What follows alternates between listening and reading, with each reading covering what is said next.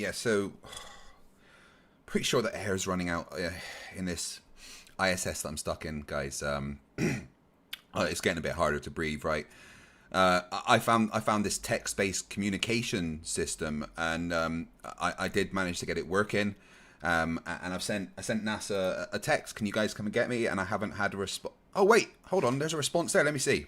Oh, it just says new number. Who dis?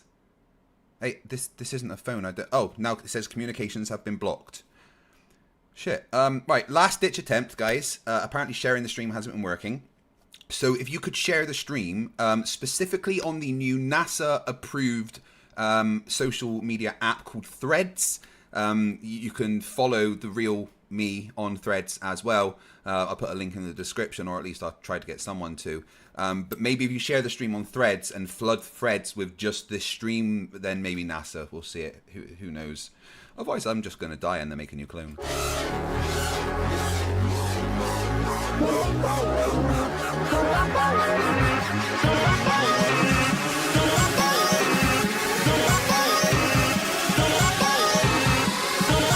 I agree with the Jimmy Neutron. Hello everyone, how you doing out there?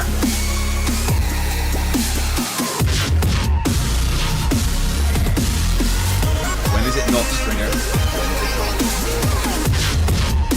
Sparky, nice to see you. Borg Imperium, Watchmaker, Stringer News 1, Copper and Quarter, King Crew, Peter G, glad to see you all guys.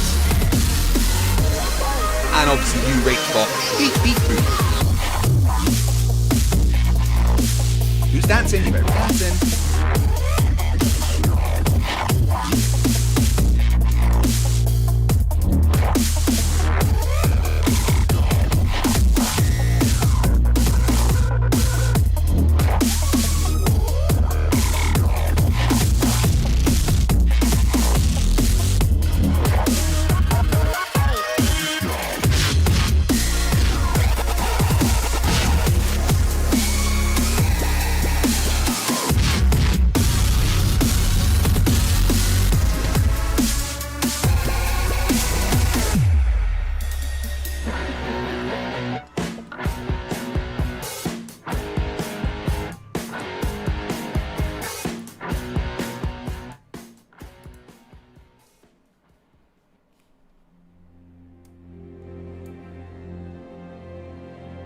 We're living on a disk, floating through space, with a tiny sun.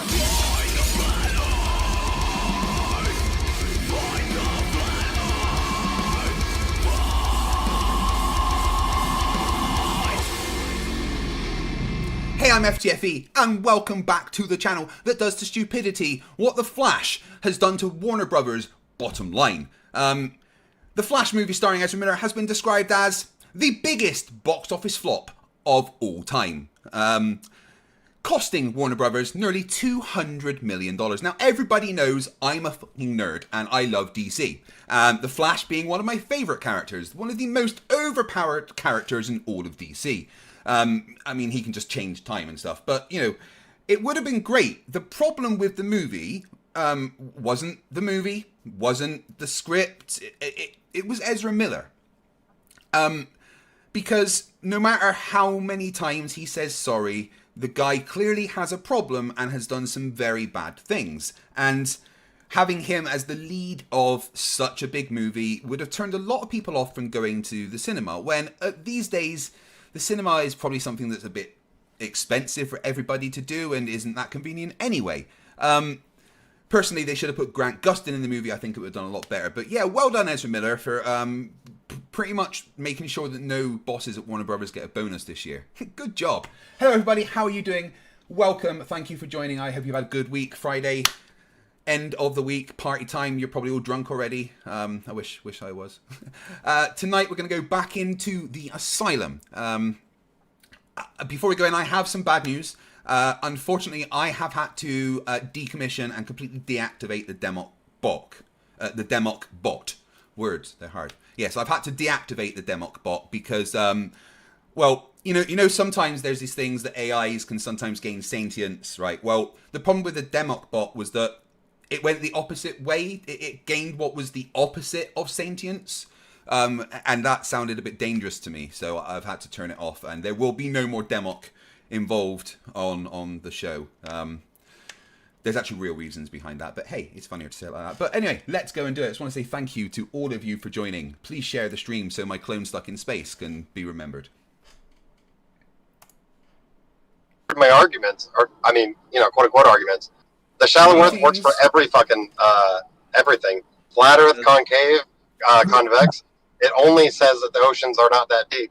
It works for everything. Join us, bro. Hello, how are we all today? Hey, what's going on? Great. People in my chat, can they just let me know if the audio levels are okay between me and Discord, if I need to turn either of them up? I'm doing good, thank you, APOC, for letting me in once again. It's Friday night. How's your week all been? All right. I mean, we had a good time. I mean, at least I did. Interviewing Mark Sargent, that was cool. Yeah. Me and Mark Sargent, we're not the best of friends. We've had some conversations over email, but he generally refuses to acknowledge that I exist, which I suppose is a good thing for him.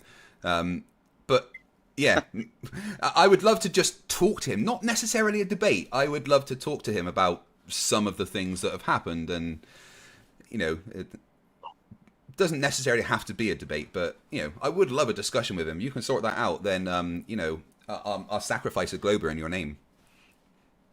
Oh wow! Can I pick? No, just kidding. Got a few on the list. Just kidding. Yeah, I'll maybe tomorrow. Maybe I'll get. Well, it's the weekend. I'll let him have a weekend.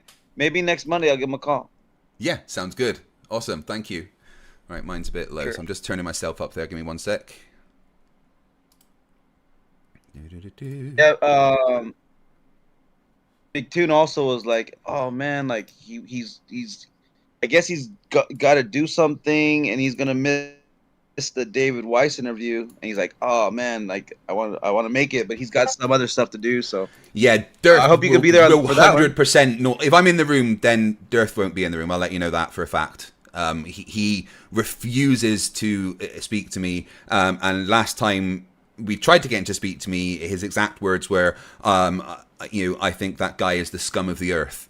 So he won't be anywhere near me. So for the sake of if you want that to go ahead, it's probably best if I'm not in the server to disrupt it. All right. All good. I mean, talking about Mark Sargent, what do you guys think of the adverts that he did? You mean the ones that he did? What companies did he say? He said he was going to do McDonald's, but they canceled it. He did like a betting app or something. I didn't. He didn't mention that one. Someone in my chat, please send me the link to the Mark Sargent's ad video so we can play that and have a look at it, because I think it's fantastic. Best thing Mark Sargent's ever done. He was hilarious in it. He said no. There was another one though that he did somewhere in, I forgot where, to be honest. We literally just talked about it yesterday and I already forgot. He made the mention of that one, I think in London, I think he said, and then the McDonald's one got canceled because of COVID stuff. No, it was something he did in Australia. I'm pretty sure it was an Australian ad for a betting app in Australia. Oh, maybe. Okay. Yeah, I just don't remember. So yeah, put the link in the Discord. I want to see it. Yeah, I'm sure someone will send me it. Find it. Right. So how's everyone here doing? Who wants to have a chat? I know APOC, you said that you actually had some things you wanted to talk about.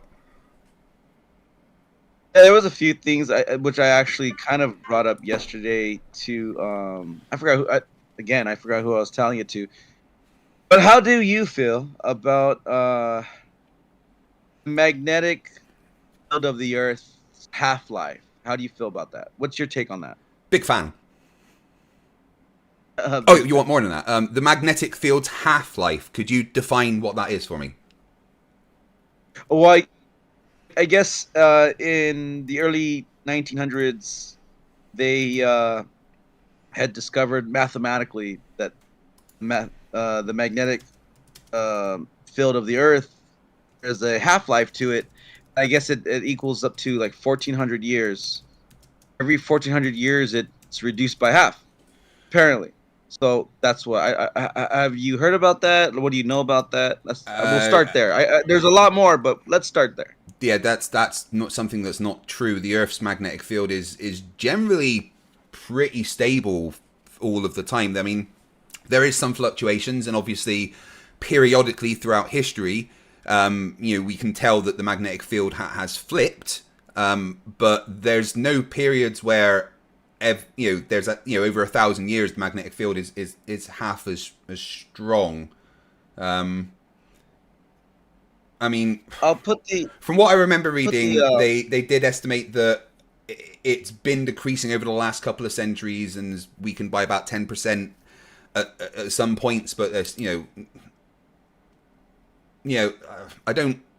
The term magnetic field half-life is something that isn't something that makes sense to really say. A magnetic field doesn't have a half-life. well, there's. I'll put the. Let me see if I could find the. It was a great game. I agree, dude. It was an absolutely brilliant game. Someone in my chat saying that. Ah, there's Mark Sargent's video. Sports bet, that's it. Yeah. Let me download that and I'll play it for everyone because. Yeah, go ahead and play it for your YouTube while I look for this thing here.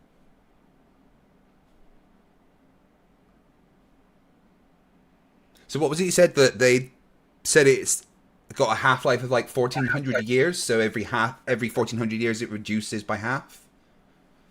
Right. Yeah. Where did you hear that? I'm actually gonna get you all the. I posted it. I forgot whose server I was in. I already talked about this. I think it was Demon Stride server. Is Demon Stride here?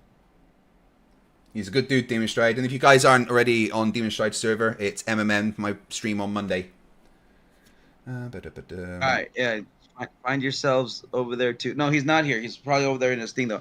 I'll tell you what. I'm gonna look for it in his server. Just do a quick search of anything I've posted over there.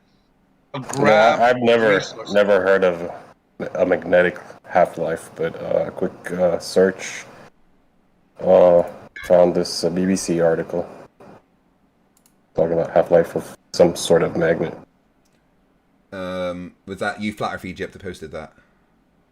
Yep. Yeah. Do magnets wear? I didn't even read it. Yeah. I mean, there is. You can have demagnetization over time of certain objects, but that would be, say, if there is a permanent magnet that would be generated, over a long time, that would lose its power. But the thing is with the Earth magnetic field is it's constantly being generated by convection currents in the outer core. So anything that would wear out would just be, remade by the convection currents and the friction and everything from that. Right, so I'm going to quickly play the Mark Sargent video while you get in that thing, APOC. Yeah, I watched it. Flat Earth expert Mark Sargent thinks the moon landing was a hoax. Technically, the moon itself is a hoax. Right, but betting with Sportsbet's new iPhone app? I could do this standing on my head. Thanks, Gravity. Sportsbet's new iPhone app. That It's sounds like my foolproof. bet. Brilliant. I just saw it. No way he agreed to be publicly humiliated on TV. What? Mark Sargent? He likes it's being publicly incredible. humiliated. It's his thing. That's Mark Sargent's thing. Just be called a fool to That's what he all does. national, all the U.S. brilliant. be called a fool. It's incredible. It's No, incredible. I'm talking about when he was on the That's how I'm used to it, Australian but- show. Yeah. Right. So, whilst APOC is trying to get that paper, has anyone else got anything that they'd like to talk about? I am here because I enjoyed the discussion. You Yeah, don't here's enjoy a- flat Earth? Here's a brain buster. If the oceans are really miles deep, then how can they use radar to detect it if light can only go 1,000 meters? Boom, roasted. Well, radar is a different frequency to visible light. And when you point radar in specific directions, like straight down, it can go quite deep. The problem with using electromagnetic waves and other sound waves and stuff underwater, like sonar and everything, is that you actually have something called the sound channel at about 1,000 meters down, where the temperature and density of the water becomes such that it gets, the refraction is too high for certain waves to pass through it. and that's how things like subs and whales communicate for a lot longer than you would think you could, due to the curve of the Earth. But when you're using radar and stuff, you can actually point it straight down and negate a lot of those effects, and that's not really that hard to do. I mean, the deeper it gets, the harder it is, but it's something that has been done. As they say. Who says? They always say they, but no one tells me who they the is. The water NASA people. The water NASA people. There you go, FTFE. I found it. Some resources for you. I know there's a couple of them there's a couple of them that you might discredit right off the bat, which is fine. But I think there's some other ones on there that you might deem credible. What did he say? Well, so these are the resources. What they're if as you look, back in 1835 to 1965, by McDonald, A.L. and R.H. Guntz, they have that's the U.S. Department of Commerce. He did this Environmental Science Service Administration, department. They did the study. Is that the first one there? McDonald, K.L. Yeah, and it's an analysis of the Earth's magnetic field so those are the years. They did it from 1835 to 1965. They did an analysis, and then as well as all the other, ones listed, and there's much more too of where they were gathering all this data from, and there seemed to be a consensus that mathematically, if you look into it, matter of fact, let me try to screenshot it or something. If you look into the formula, it shows that they mathematically can, prove that there is this half-life. And how did they do that? By what methodology?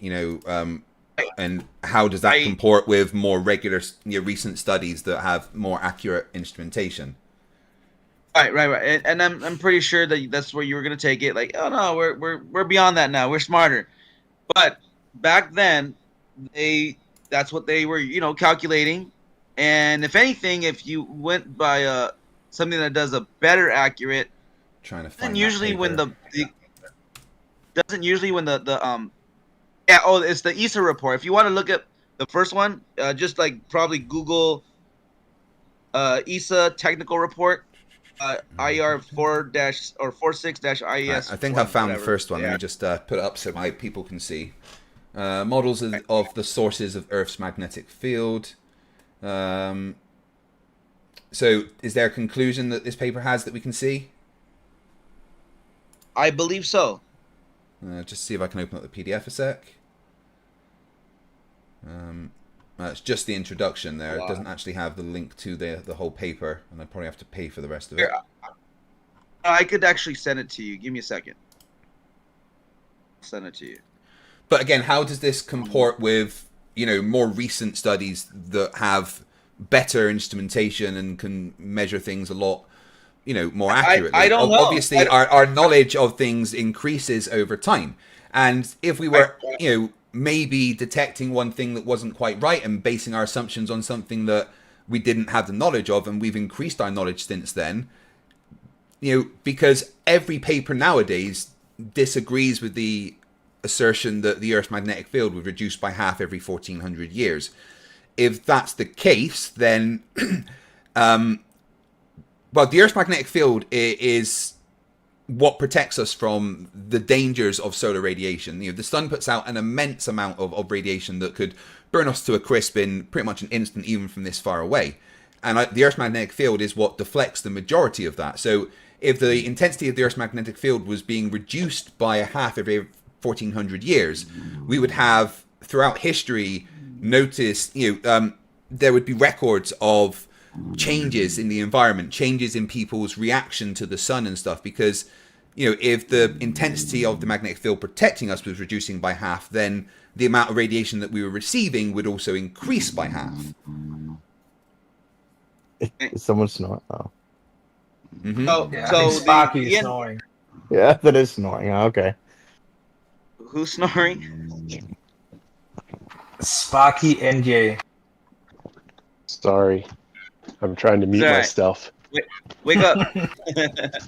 So FTFE, the reason why I was bringing that up because it's something that I want to know if you have heard about, and if you know if that data or that conclusion or those findings up till today's world, if that has been changed. And that's all I was doing. I was seeing if you knew about it, if you knew. Maybe it's something. Maybe this wasn't fair. Maybe I should have shot. Honestly, I'd never heard of anyone saying that there's mathematical proof of the magnetic field of the Earth reducing by half every 1,400 years. And I'm just looking through the paper where it actually says that conclusion. I mean, there's a lot of maths there that I'd have to go through and compare it with current measurements and everything. Right. Well, can I say something real quick? Gauss harmonic coefficients, geometric field units of 10 Gauss. Yeah, there's a lot there I would have to go over. Honestly, I couldn't give an answer right now because I've never seen this paper before or even heard of the theoretical assumption. I just know that it doesn't comport with measurements that we can make nowadays. Okay, hold on, Craig. After Flat Earth Egypt says something, I wanted to tell you something. Is that fair? Yeah, absolutely. Yeah, I want to stick to the subject. I want to say two things. First of all, mathematical proof. That's just mathematical proof, right? It's just confirming the math, right? Another thing I wanted to bring up regarding the subject is the Curie point, or the Curie temperature. Do you know what that is? Yeah, that's where materials lose their magnetic properties, not their ability to generate a magnetic field. Oh, okay. Can you say more? Yeah, the Earth isn't magnetic. It's not a metal that is magnetic. So it's not a magnetic thing that then would lose its magnetism from the heat. The magnetic field of Earth is literally created by the friction of things moving against each other in the outer core. It's not like a metal making magnets. That's not how it works. It's literally from friction from the materials within the core rubbing against each other, generating this large magnetic field. The Curie point refers to a magnetic object's an object's magnetic properties that will be reduced as the temperature increases to a certain point. Yeah. How does friction create magnetism? It creates an electrical field. Same as if you rub your socks on a fluffy carpet, you can then touch someone and electrocute them because you can generate a static field, an electrical field through friction between materials that might not necessarily seem magnetic or anything in nature. Okay, so what are the materials that are creating this friction? A lot of in them. The core? There's a lot of different materials in the outer core.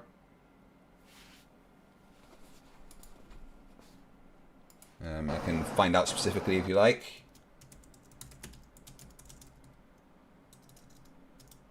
Yeah. Anything else you want to ask as I look that up?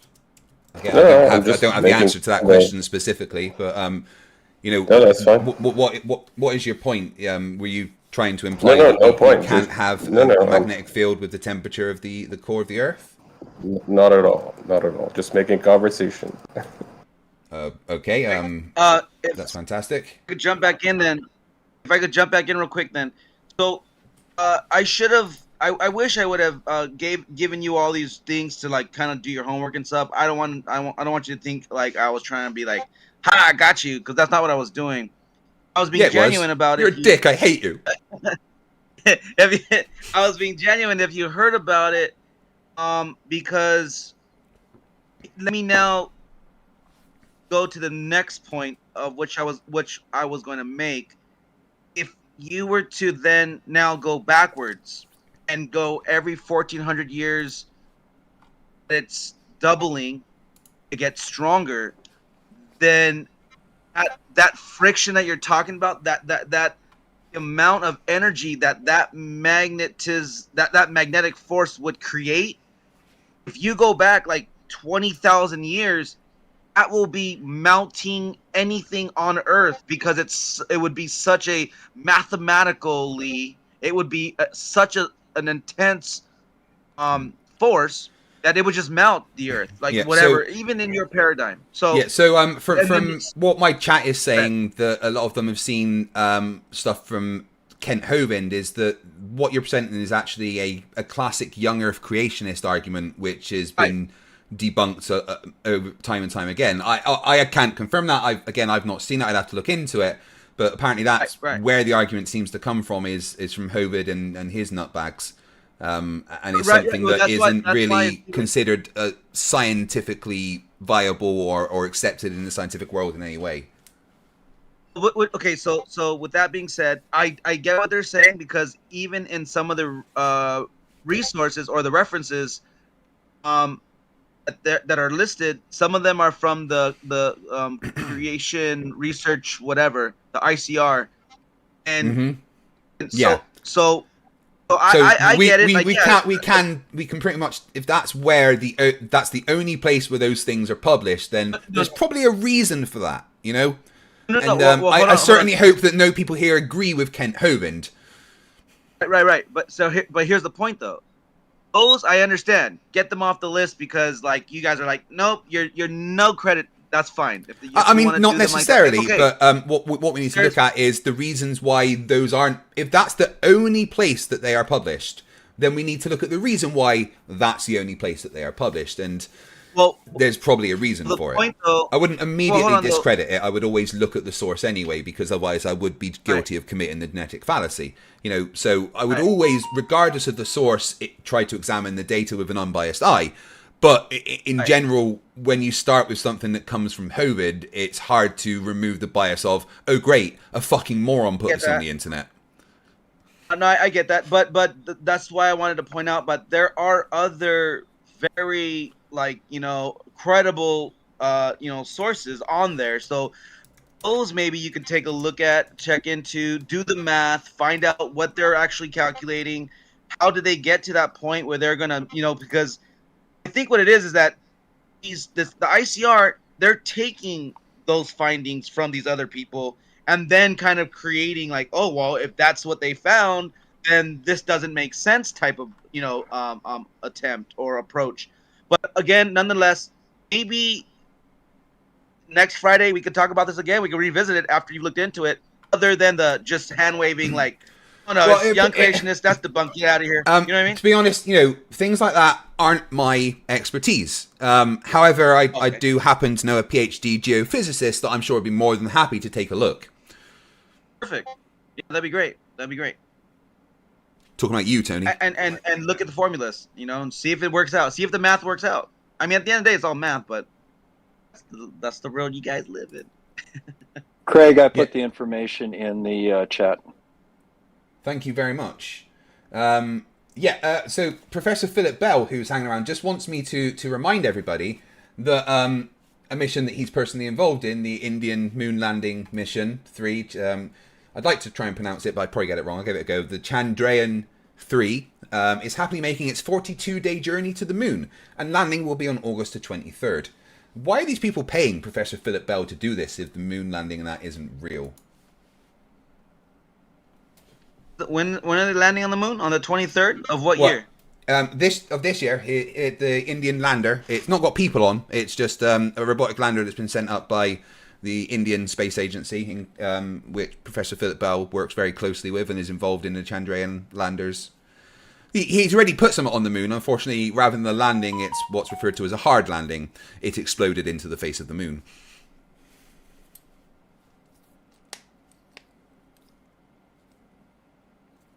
So So the question is, why does people like Philip Bell get paid to do these things if the moon's not real and space is fake and the moon landing has never happened? Why bother?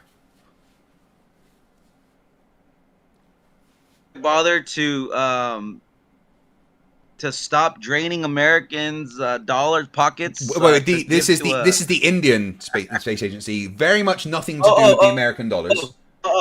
Sorry. Let me rephrase that.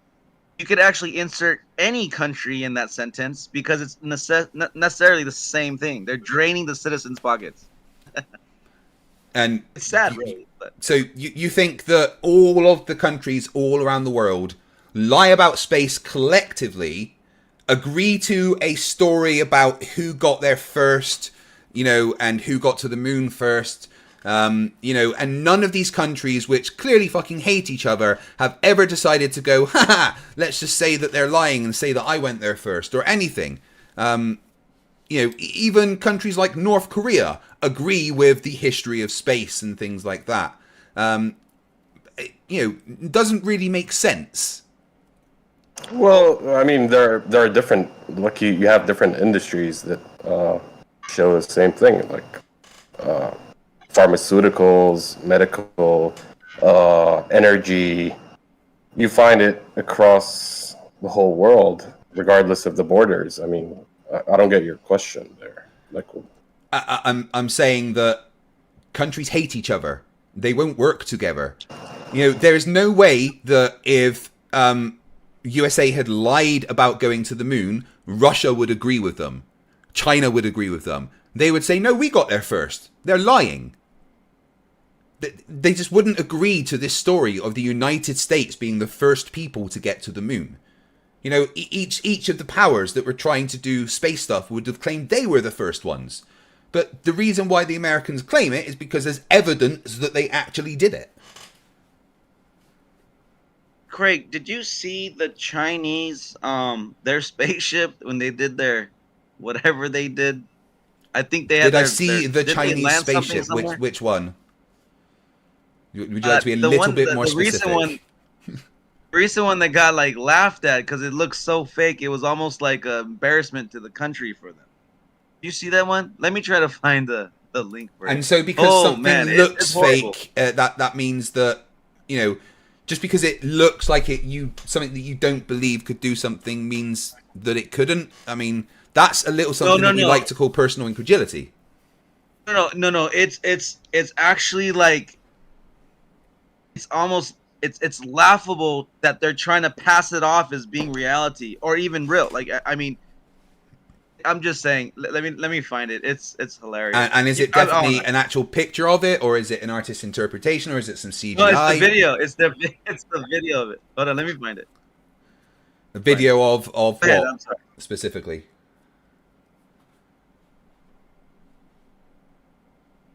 I'm sorry. What was that? A video of what? Something landing.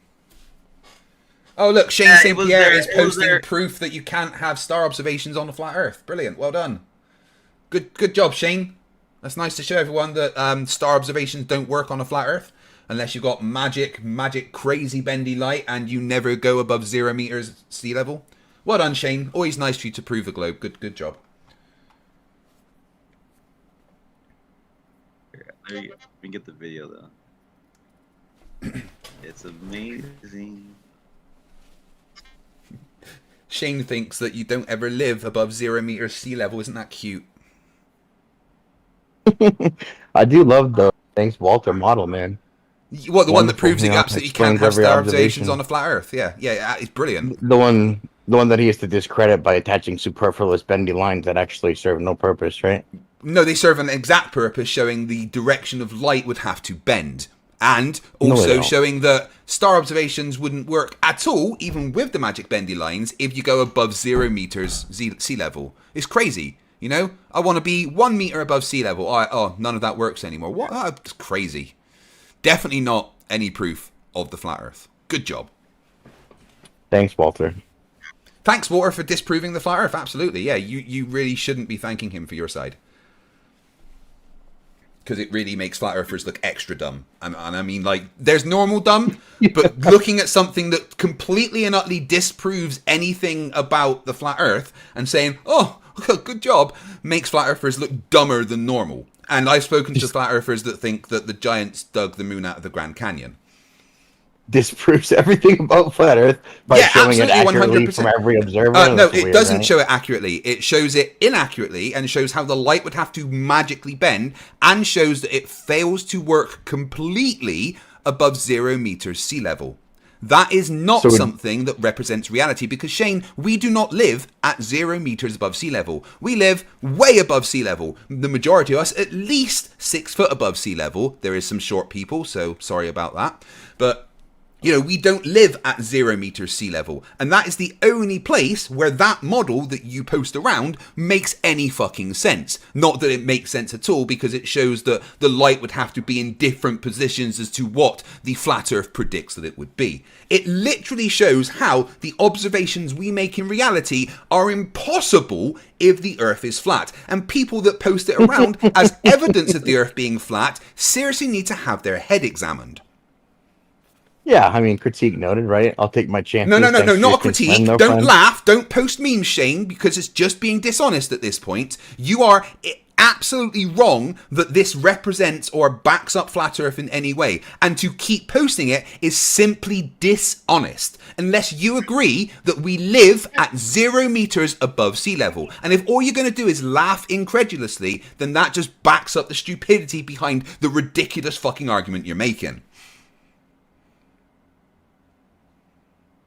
Yeah, thanks. Mic So drop. I'll keep using it. I think it's wonderful. I think that you only I think it's wonderful as well how it debunks the that flat don't earth. actually connect to where any observer sees a star. He just Incorrect. connects it to the center connects of the to it sphere, exactly and which shows how the light would have to it bend. Doesn't. See, you don't even know how it No, works. it does. You just It repeat shows how the what light would have to Bislam told bend. No, you, don't fucking tell and me you I don't should know how it challenge works to because update I've it. actually spoken to the person who made it. And the person that made it shows how the light would have to bend to get to those observers' positions if the earth was flat. Number 2 in the big problems is that is based on the azimuthal equidistant projection of the earth, which we 100% know is not an accurate representation of the world we live upon. So unless you are conceding that 1, light has to magically bend for no fucking reason, 2, we live at 0 meters sea level, and 3, the AE map accurately represents all of the countries as they exist in reality, then what you are showing cannot work.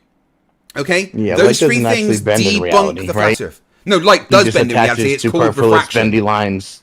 No, right, light does bend in reality, right, but because there's the way that actual he refraction. models. Yeah, and you The way don't that he understand what he's... Right, clearly you don't All understand right, what he's Craig. modelled, right? You clearly do All not right, understand man. what he's modelled, because what it's showing is on I'm the A done. map... No, shut up, Go I'm ahead, talking. somebody else. Shush, I'm talking. Hold on, Craig. Let Shane get it out though. I think he was trying to. I'm going to explain to him why he's wrong first, and then he can respond. So what it shows is on the A map, for the observations that we make in reality, you would have to be facing this way. However, the stars in reality are in a completely different direction. So those lines connect the direction that you would be facing on the A map, based on the directions in reality, to where the light would be coming from if the world was an A map, showing that the light would have to be in crazy different directions for it to make any sense. And again, it stops working 100% above 0 meters above sea level. That is something that destroys Shane it. ran away because his memes didn't have any effect. No. Shane is actually one of the most dishonest people that I've met recently, because I thought at the first that he genuinely was interested in this conversation, but now it seems that all he wants to do is troll Globers and post memes and ignore the problems with the stupid fucking things that he presents. We do not live at 0 meters above sea level. I have tried to tell him this constantly, and he just ignores it and posts memes, because he doesn't know how to have a conversation anymore, because he's been indoctrinated by Witsit.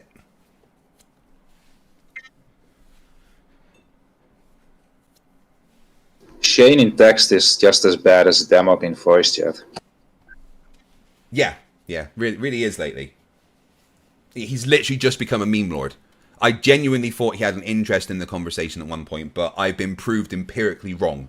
I like to admit when I'm wrong, and I was wrong about Shane. He has no interest in knowing the truth in the slightest, because he ignores the truth exactly like Witsit does. The thing he is posting disproves the flat earth conclusively, yet he continues to post it. That is something that only a troll can do. So that's it. I'm sorry, but Shane is just a troll. Nothing more. And everyone on both sides should just ignore him. Because at this point, he's just seeking attention. Can I ask a question? How does it disprove the flat earth? I mean, at best, I explained it it's just several wrong, times just right? now. Yeah, well, what you did explained why it doesn't prove the earth is flat, but it doesn't disprove it, though. How does it disprove it? Well, it disproves it by showing that there's no accurate way to map the observations of celestial objects onto a flat plane. That's not because you already said it's an AE projection, right? Yeah. That's one of your okay. points. What it does? Right. Projection Let me is- Can I just finish my sentence? Yeah, I just want to correct finish my myself sentence. though. Yeah. AE projection is a global projection, correct? Yeah, 100%. And so I will correct myself. It disproves the notion of the flat Earth being the AE map. Okay, that's what I meant by that. Okay, just to clarify, Yep. I can roll with that. That model I agree. On its own doesn't completely disprove the flat Earth. What it shows conclusively is that the Earth is not represented by the azimuthal equidistant projection. So, if it were a globe, then it would be actually, because it's just a projection of a globe. Well, what I mean is accurately, like you can't take the accurate sizes and shapes of countries and the distances between them and slot them onto the AE map. Yeah. But you can do that with the globe. Just like a Mercator. Yeah. Just like any projection. Yeah, like right? all projections are they don't show the countries correct. America isn't as big as we think compared to a lot, and things like that. That's how maps work. The only thing that works is something that isn't technically a map, but it is an accurate representation of the countries and the sizes and the distances between them, is the globe. That's what the accurate representation is, and that's been empirically tested. So? Yeah, I've tested it myself in at least 100 separate locations. Like 100 separate locations where, like in one country, or no, across all many different during my time in the Royal Navy, I obviously had to know how to navigate and stuff, and one of the jobs when I was on board submarines specifically was calculating fuel usage for emergency diesel engines over certain distances, and my calculations had to take into account the the curve of the Earth and stuff, and base it on what the Earth is. And during sea trials, when we tested all of my things, it worked every single time. All my navigation I've ever done aboard any military vessel, which has always been based upon a globe, has worked every single time, and is over 100 times. But you know how you have like global coordinate systems and you have like local coordinate systems, right? Like you know how allegedly the globe is not a perfect globe, right? So it's you for have all what's called a practical local purposes. coordinate. It's a perfect globe. The difference is so small that it's almost imperceptible. It's a 42-mile difference between the equatorial and the polar. If you want to be diameter. accurate, we would use the Vicente formula, which is what I would use. The Vicente formula actually takes into account the slight oblateness of the Earth. Rather than using the Haversine formula, which is a slightly more simplified version, I would use the Vicente formula, which takes into account that the equatorial radius is slightly larger than the polar radius, and the fact that the entire Earth is slightly fatter south of the equator than north. We do take that into account with navigation when we need to be specific. And that's why you have local. Yeah, that's why you have local coordinate systems. Right. What do you mean by a local coordinate system? I mean, any map like can have a coordinate system applied to it. So like you can have like a projection map and have a coordinate system on that, right? Yes, I'm saying for it to be more accurate, if you're traversing locally, you wouldn't use a global coordinate system. Or let's say you're building I see your point. You have a project, you're building something. So I see your point, yeah. So the navigations that I would do were over a much larger distance. I wouldn't use any local maps or local coordinate systems. For more intricate navigation, you would go down to a projection and use the coordinate system and whatever that projection is, because you can be more detailed than you can with a globe. Unless you're using like something like ForeFlight that pilots use, which is literally a computer model of the globe and can be as accurate as they need it to be. But for general navigation purposes, if you were just using the map, a globe isn't something that is practical for I couldn't use my globe to navigate from where I am in Scotland down to London. It would be completely impractical. Exactly. I would have to use a projection map that shows things in more detail. But what you find is on these projection maps that different areas, like as you go through the pages, the scales will be different. If you're using a road map of a large area, you might have one bit that has a scale that's slightly different to another bit, because the only thing that can show the scale of everything on the Earth at the same time and be just one scale is the globe. Projection maps always have to have scales that vary based on the position on it. Well, yes, but you're confusing again. I don't think you understood what I meant. Okay, sorry, I didn't mean to. You're talking about project. Yeah. No, that's fine. I was talking about coordinate systems, not necessarily projections. So do you mean like latitude, longitude coordinate system? Yes. Yeah, I mean, just yeah. Sorry, like the WGS, right? 84. The WGS 84 is the and that's based on an ellipsoid. System. Yeah, in fact, all kind of references are based on an ellipsoid. So the thing is with the coordinate system, like the latitude, longitude, is that just like the surface of the Earth, that can be projected onto any surface. So you can take the latitude and longitude that is on the globe and project that in a different way to put it on a 2D surface. But that projection of the latitude and longitude system will still just be a projection of what it is on the globe. Does that make sense? Yeah, exactly, but that's not my point. I'm saying locally, let's say you're in a certain country, to be accurate, you wouldn't use the WGS 84. You would use your local coordinate system. Yeah, and what you find is that... Which is different. Yeah, and what you find is that they all reference an ellipsoid. Where, every coordinate system and every map that you use... Yes, but a different one. That's my point. Every baseline, it will all... but they all link back to a different projection of an ellipsoid. There is nothing map-wise that isn't a projection of the Earth as it is in real life. That's why, if you take the Mercator map, for instance, which shows the whole world, the scale at the top is going to be many more miles per centimeter than it is going to be at the equator. It can't show so there's the same no scale real actual map of the globe. There's no, because a map is kind of defined as a 2D thing, right? Although the map not necessarily. Even if it's spherical, it's never going to be right. Funny enough, I actually was wrong when I was arguing with Flatsoid, and I was telling him that the globe is considered a map, and that's actually technically wrong. A map is something that is literally defined as something that is in 2 dimensions. And a globe is not a map; it's just a model of the Earth. Hey, Craig, would any of these local coordinate systems change the latitude and longitude of a particular point? Say the Sydney Opera House? Absolutely not. Sydney Opera House will always be at the latitude and longitude that it's always at.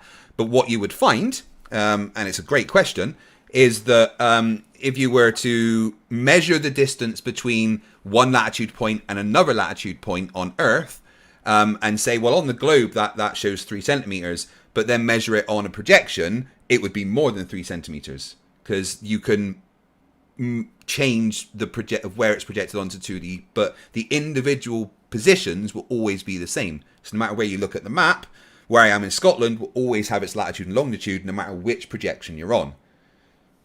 Yeah, all a projection is projecting a 3D model, like you said, like a sphere, onto a flat surface. That's what a projection is. Yeah, that's why you have distortion, and that's why,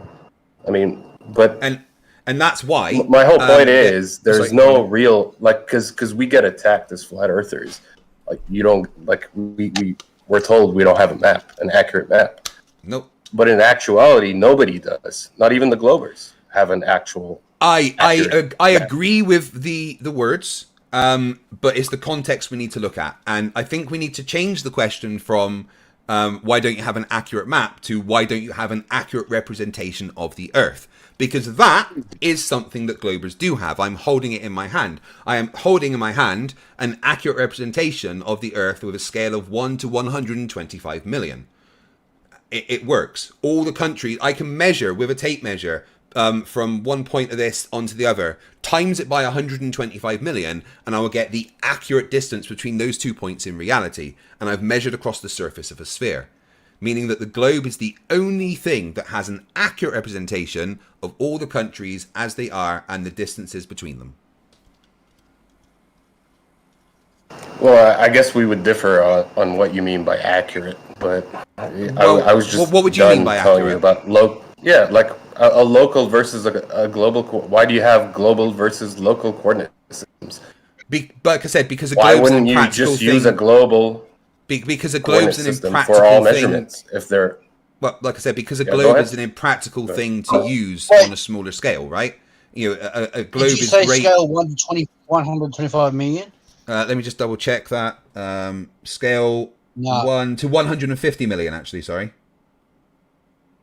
Yeah, How, scale how 1 to could you 150 million. times that by 150 million? Well, I could The use Earth is only got a circumference of. Well, I would measure whatever the hell, centimeters, 24,000 I miles. would measure centimeters, for instance, and then I would, times that by 125 million and convert it into kilometers.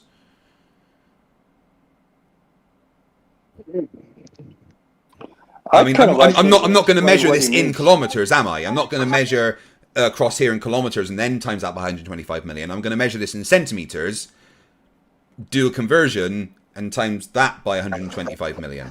So if I measured from point A to B, from say the east of United States to the west of Scotland on here across the surface, it would be X amount of centimeters.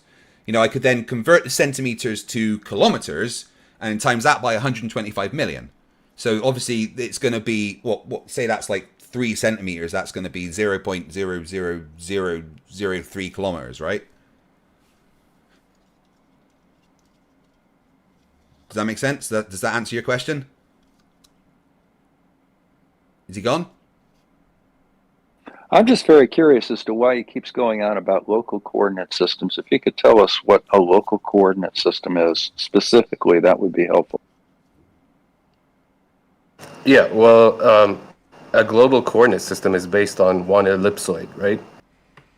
And the Earth, allegedly, the globe Earth, it's not a perfect sphere nor an ellipsoid, none of that. It has different a different topology to it, or topography, right? So what is a local coordinate system if not latitude and longitude? It is latitude and longitude, but it's a different coordinate system from a global one. It's more accurate locally, because if you use a global coordinate system locally, it'll be off. This is consistent. That's why you have local coordinate systems. So we got a local latitude and longitude, and we have a global latitude and longitude? Do you just mean you have like a global local coordinate map with a projection of the coordinate system onto it?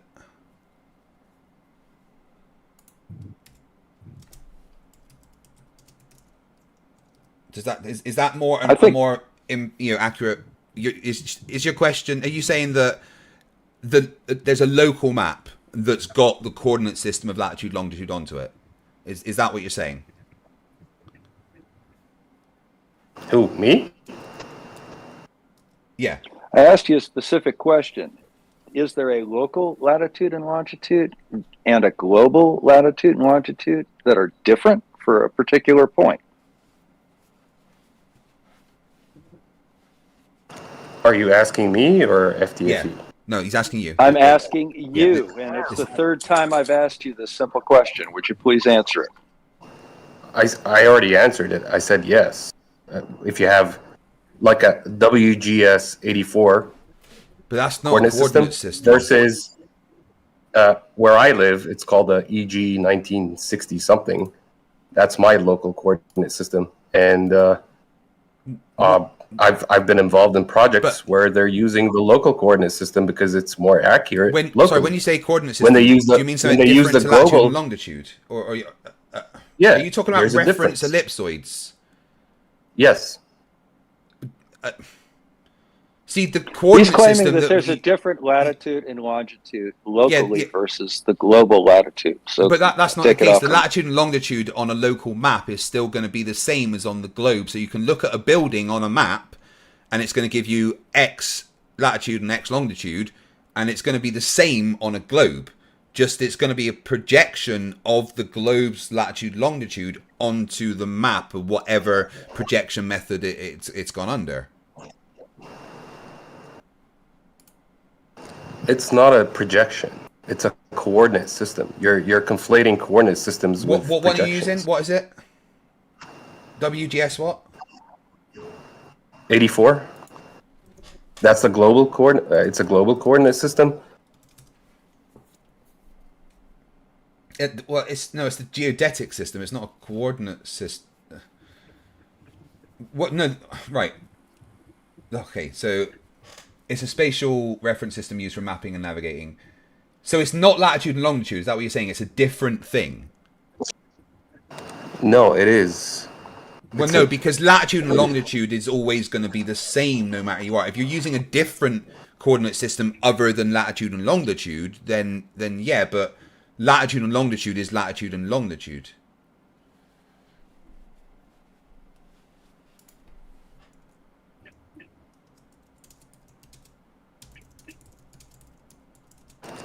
Yeah, latitude and longitude are based on an ellipsoid, correct? In a global coordinate system. Well, they're a certain ellipsoid, correct? With certain measurements. Well, yeah, they're based on the Earth. They're a coordinate system on the spherical Earth. Yeah. Well, when you say the spherical Earth, they're not actual measurements. They're just. It's based on the idea that the Earth is a globe with a certain circumference and a certain shape, an ellipsoid shape. That's what it's based on. That coordinate system. It's, let's say, the most accurate representation of the globe in a holistic sense. When you look at the entire globe, that the best way to represent it is through a coordinate system like the WGS 84. It's the closest and most accurate way of showing it as a globe with that coordinate system. But what I'm saying is, if you're using it locally and you want to be more accurate, you would use a different coordinate system to make it more accurate and more representative of reality. Yeah, but latitude and longitude is always latitude and longitude, and they're always going to be the same. Well, let me ask you this: do you know what's the difference between a global and a local? I mean, are you system? talking right? So, do you mean like if you you're know using? Yeah. So, do you mean like if you're? Question. Sorry, I'm just trying to clarify the question in my head. Do you mean if you're like using a completely different system for mapping longitude and latitude compared to the one we have? Yes. Yes. Right. Yeah. No, yeah. not the one. There when is you say different the one ways you have, what of are you mapping. You know, the one that we normally use on Earth, the WGS 84. Which one is that? It would be WGS 84, right? Okay. Yeah, my point is, if you're using and WGS 84, if you're using that latitude and longitude system, no matter what map is projected on, it's going to be the same thing. But if you use a completely different coordinate system for the entire Earth, you're going to have a different projection of that. Yeah, you don't use it for the entire Earth. I'm saying it's a local coordinate. You use it locally. You don't use it. See, if you're looking at the whole Earth, you would use the WGS 84. If you're like measuring distances between, let's say, continents. Let me just finish. If you're measuring distances, let's say, between continents, you would use WGS to be as mostly accurate as you can be. But locally, let's say you're trying to measure a distance on a street, for example, or a road, you would use the local coordinate system to be more accurate. That's all I'm saying. Can I ask a question? Yeah. Can I ask a question? Yes. Are you trying to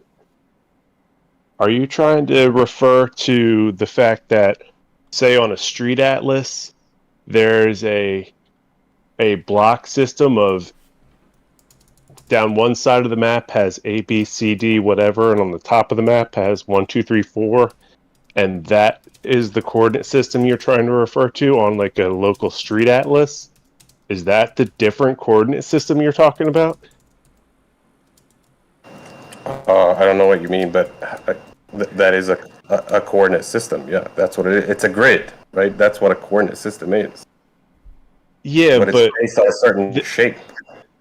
But local maps simply use a smaller system like that in order to make it easier for people to scale. And you're talking about measuring the distance on a street. That's because each map has its own scale. So many inches equals so many feet. No, I'm not talking about scale. I'm talking about different coordinate systems.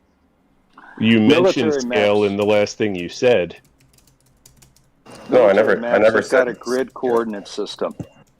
So, for example, you could do an 8 or a 10-digit grid coordinate to locate a particular spot on the Earth. However, those are underneath the latitude and longitude, so they are defined by latitude and longitude. It's just simply a different way of representing them. Yeah. So, just based on a quick bit of research, based on me trying to understand your point, you're talking about like using local projections of a globe, like, but ones that are uber accurate, like the UTM, the Universal Transverse Mercator Coordinate System, that divides Earth into 60 time zones. But that still refers back to a datum, which is based on Earth's being an ellipsoid. That's where it originally comes from. But more importantly, right, hold on, let me finish my point. More importantly, things like the UTM don't use a latitude and longitude. You know, they have a different thing. Latitude and longitude is something that is specific to the entire Earth, so that you can take that latitude and longitude and project it onto a 2D map and still get the same points of reference. Yeah, you use an X, Y, that's what I meant. Yeah, but it doesn't use X and a Y. I asked you specifically, does it use latitude and longitude? And you said, yeah. But it doesn't. There isn't different latitude and longitudes. There's different coordinate systems that aren't latitude and longitude, but that's it. Well, that's they're I just think where we were getting confused, X's and Y's. Yeah, maybe, yeah. Yeah, you're right. Well, technically you're right. But it's still a different coordinate system. Tell me I'm right. Yes, I did. You know, that's almost as rare as my wife saying it to me. It's oh my god.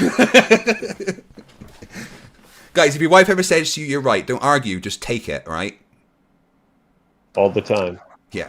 But FTFE, you sound like the guy who kind of doesn't even have the common decency to give the man a reach around. I would always give a reach around. Who the hell do you think I am? I'd give a little tickle at the same time. I like your style, mate. Do you know what? If me and you had met each other in those public toilets in Hackney Common, maybe I'd have given you that extra tip you deserved. Yeah, I was joking. Now I'm worried. Yeah, I know, but I'm kind of like that. How's it going anyway, guys? I know I just jumped into a conversation, but I just got invited. I was just going to say hello, and I'm not here to cause any trouble this time. I was just saying hello to all you. You can cause trouble if you want. That's always fine. Have you got anything about the shape of the Earth you'd like to converse with me about? But the thing is, I was going to ask you this same question. Like, so why are you still sitting here talking about the shape of the Earth? But it's a bit rude to say that to somebody. Because it's fun. That's your... What, it's fun? Yeah. I'm smiling. I have a good time. You need to get out more. You need to I go out. I'm out all the time, dude. I'm at the gym literally 6 times a week. But shouldn't you be at home boning? Shouldn't you be at home boning your wife 6 times a week instead of she goes to the gym with me. To the gym? All right, so maybe both of you need to get laid more. Well, that trust me, there's plenty. Come on, I've thrown you there, haven't I? Well, no, I could give you our OnlyFans account if you like, but.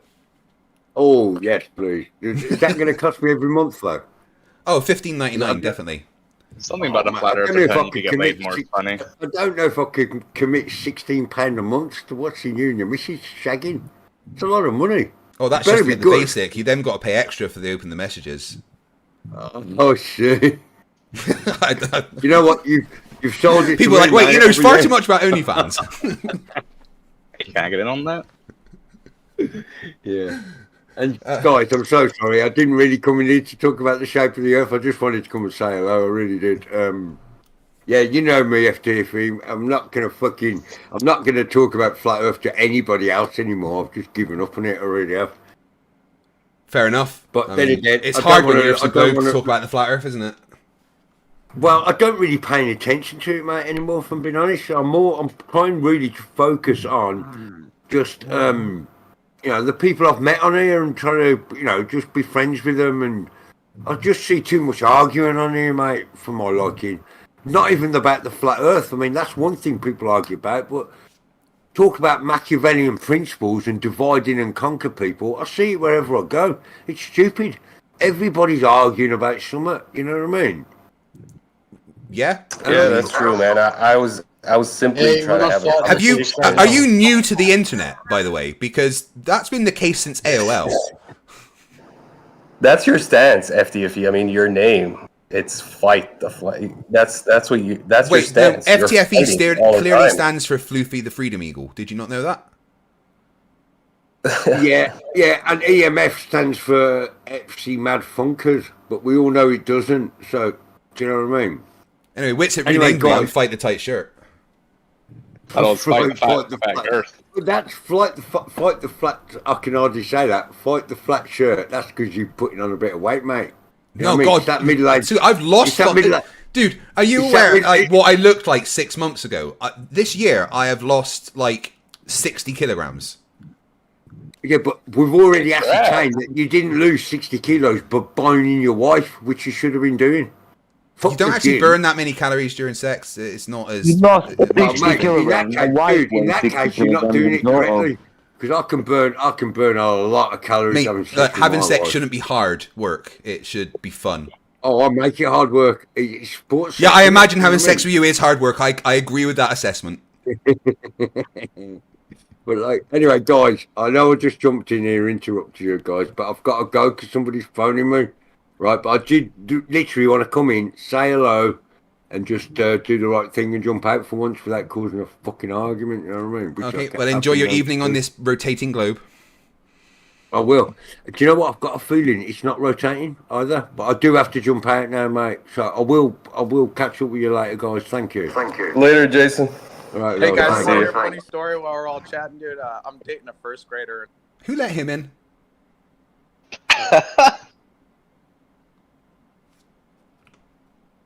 When I was a young boy, What's I grew that up on mean? the farm. I'm a country boy, and I used to fuck the cows and the pigs. I used to fuck the pigs, and the cows would come, and I would pat them and look into their eyes. I mean, you got to admit that's impressive. He fucked the pigs and the cows would come. A special kind of hillbilly talent right there. Yeah, that's interesting. That was actually pretty funny, Craig. Santos said those words. All of those words, Santos said every single one. So, Not necessarily how in that do we order, but explain, how do we explain the sun's coverage on the Earth? how do we I say just explain posted what? a link Sorry, from July 8th. you cut out there. I didn't catch your entire sentence. Well, I just posted a link from timedate.com, and Well, yeah, that matches the globe. I don't know if person you've is looked shooting at a at globe, but if you look at my live stream right now, I'll show something, right? And what I'm doing is I am showing the North Pacific Ocean. And you'll notice that if I hold it at the right angle, it looks like that's all you can see is just the North Pacific Ocean. But if I turn the globe so that the North Pacific Ocean is facing me, about 99% of the Earth, hang on, when I'm back where you here, live stream? on my channel on FTFE, if I hold it back here, you can see, even back here, the coast of Mexico, that's right here. And then on this side, we've got Japan over here. And both of them are still in line to see the sunlight, one at sunrise and one at sundown. Most of the world can be facing the sun roughly at the same time. Conversely, just the water can be facing at the same time. Like, where'd all the land go? It's just water. That's because most of the population of the Earth live on one side. It matches the predictions of the globe. No, but it doesn't. But it does. I've just shown how it does. It doesn't explain anything. On my stream, All I it did. does is throws a spanner into the work. No, because again, that's perfectly possible. When you look at the time and date map, right, what you can see is... Hang on a second. I'm trying to find... Are you FTFE, yeah? I am, yes. Are you streaming? Yeah. How can I find you? You go to YouTube, you type FTFE. Oh, you're streaming on YouTube? Yeah. Ah. Right. So... What I'll do is I'll switch When that you up say to- side FTFE, when you say side of the, do you mean hemisphere? Yeah, the like northern east or west hemisphere, as well. Well, like population distribution on the So- Earth is mostly in the northern quote unquote hemisphere. In the northern hemisphere That's right. and The mostly in land. the eastern hemisphere as well, right?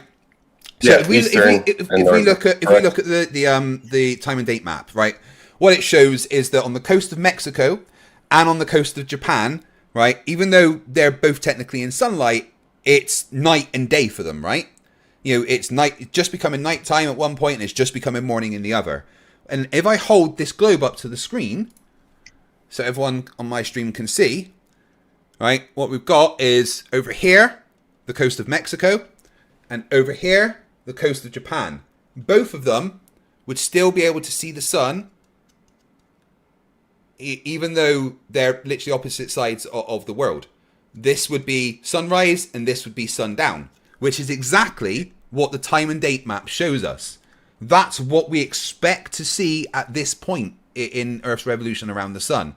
It makes sense. Even, you know, when I'm looking at this and I'm pointing it towards the camera, the only bit that I can really see is Australia, Oceania, because that's the only bit that was in nighttime. So that's the only bit facing me when I'm holding the globe up to the screen. Because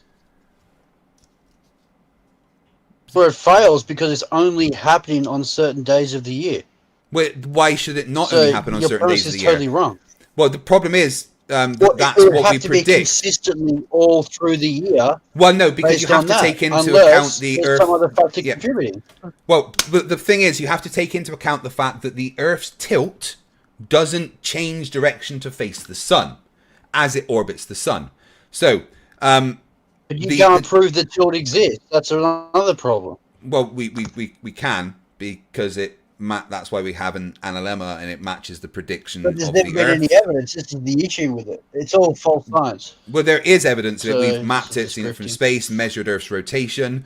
But the point is that what you're presenting as a problem isn't a problem, because as the Earth orbits around the sun, the orientation of its tilt stays in one position. So it will be facing away from the sun at one point and facing towards the sun at another point, which means that the distribution of sunlight across the Earth will be different slightly every day.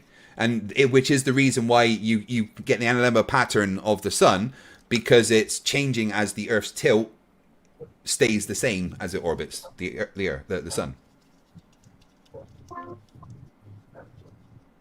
So whether you believe or not that it's true, the time and date map that you show as a problem isn't a problem and actually matches the predictions of the heliocentric model 100%. For the globe model. Well, it's not. I've just explained how it matches the globe model 100%. It doesn't match. It's an explanation of what you think it is. Well, no, it matches the predictions. We have predictions of what the globe model says will happen, and this matches the predictions and all empirical observations ever done, including just look at the shit from space. And I know you guys don't believe in stuff taking pictures from space, but the only way you can assume that if the sun is very close to the flat plane and it's moving further and closer away. There's no other explanation. Apart from the explanation that I've already given, it works. What I said, it works. If it was a spinning ball from a set distance, you wouldn't have longer or shorter days across a spinning it's ball. not a set distance. It's not. Well, hold on. It's not, number one, it's not a set distance. There's nothing but drifting. Hold on. Let me finish. Number one, the Earth's orbit isn't perfect. Blatek is a Poe, by the way. Blatek's a Poe. Okay, well, I'm still going to explain his issues. So number one, the Earth's orbit isn't... You're the Poe, you're the drifter. Now, it's completely destroyed. If I can explain, Blatek, if you want to listen. You're grifting. Blatek, hold on. Just listen. Right, so first of all... don't listen to grifters. You're just trying to suck... Blatek, I'm trying... Hey, don't come and disrupt stuff. I'm trying to have a conversation. So let me respond to your point. First off... You're a fraud. First off, the Earth's orbit isn't a perfect circle. It's an ellipse. So... These are not the truth. If you don't want a conversation, then you can just go away. No, you're a grifter. You're full of shit, like all of them. Like all of who?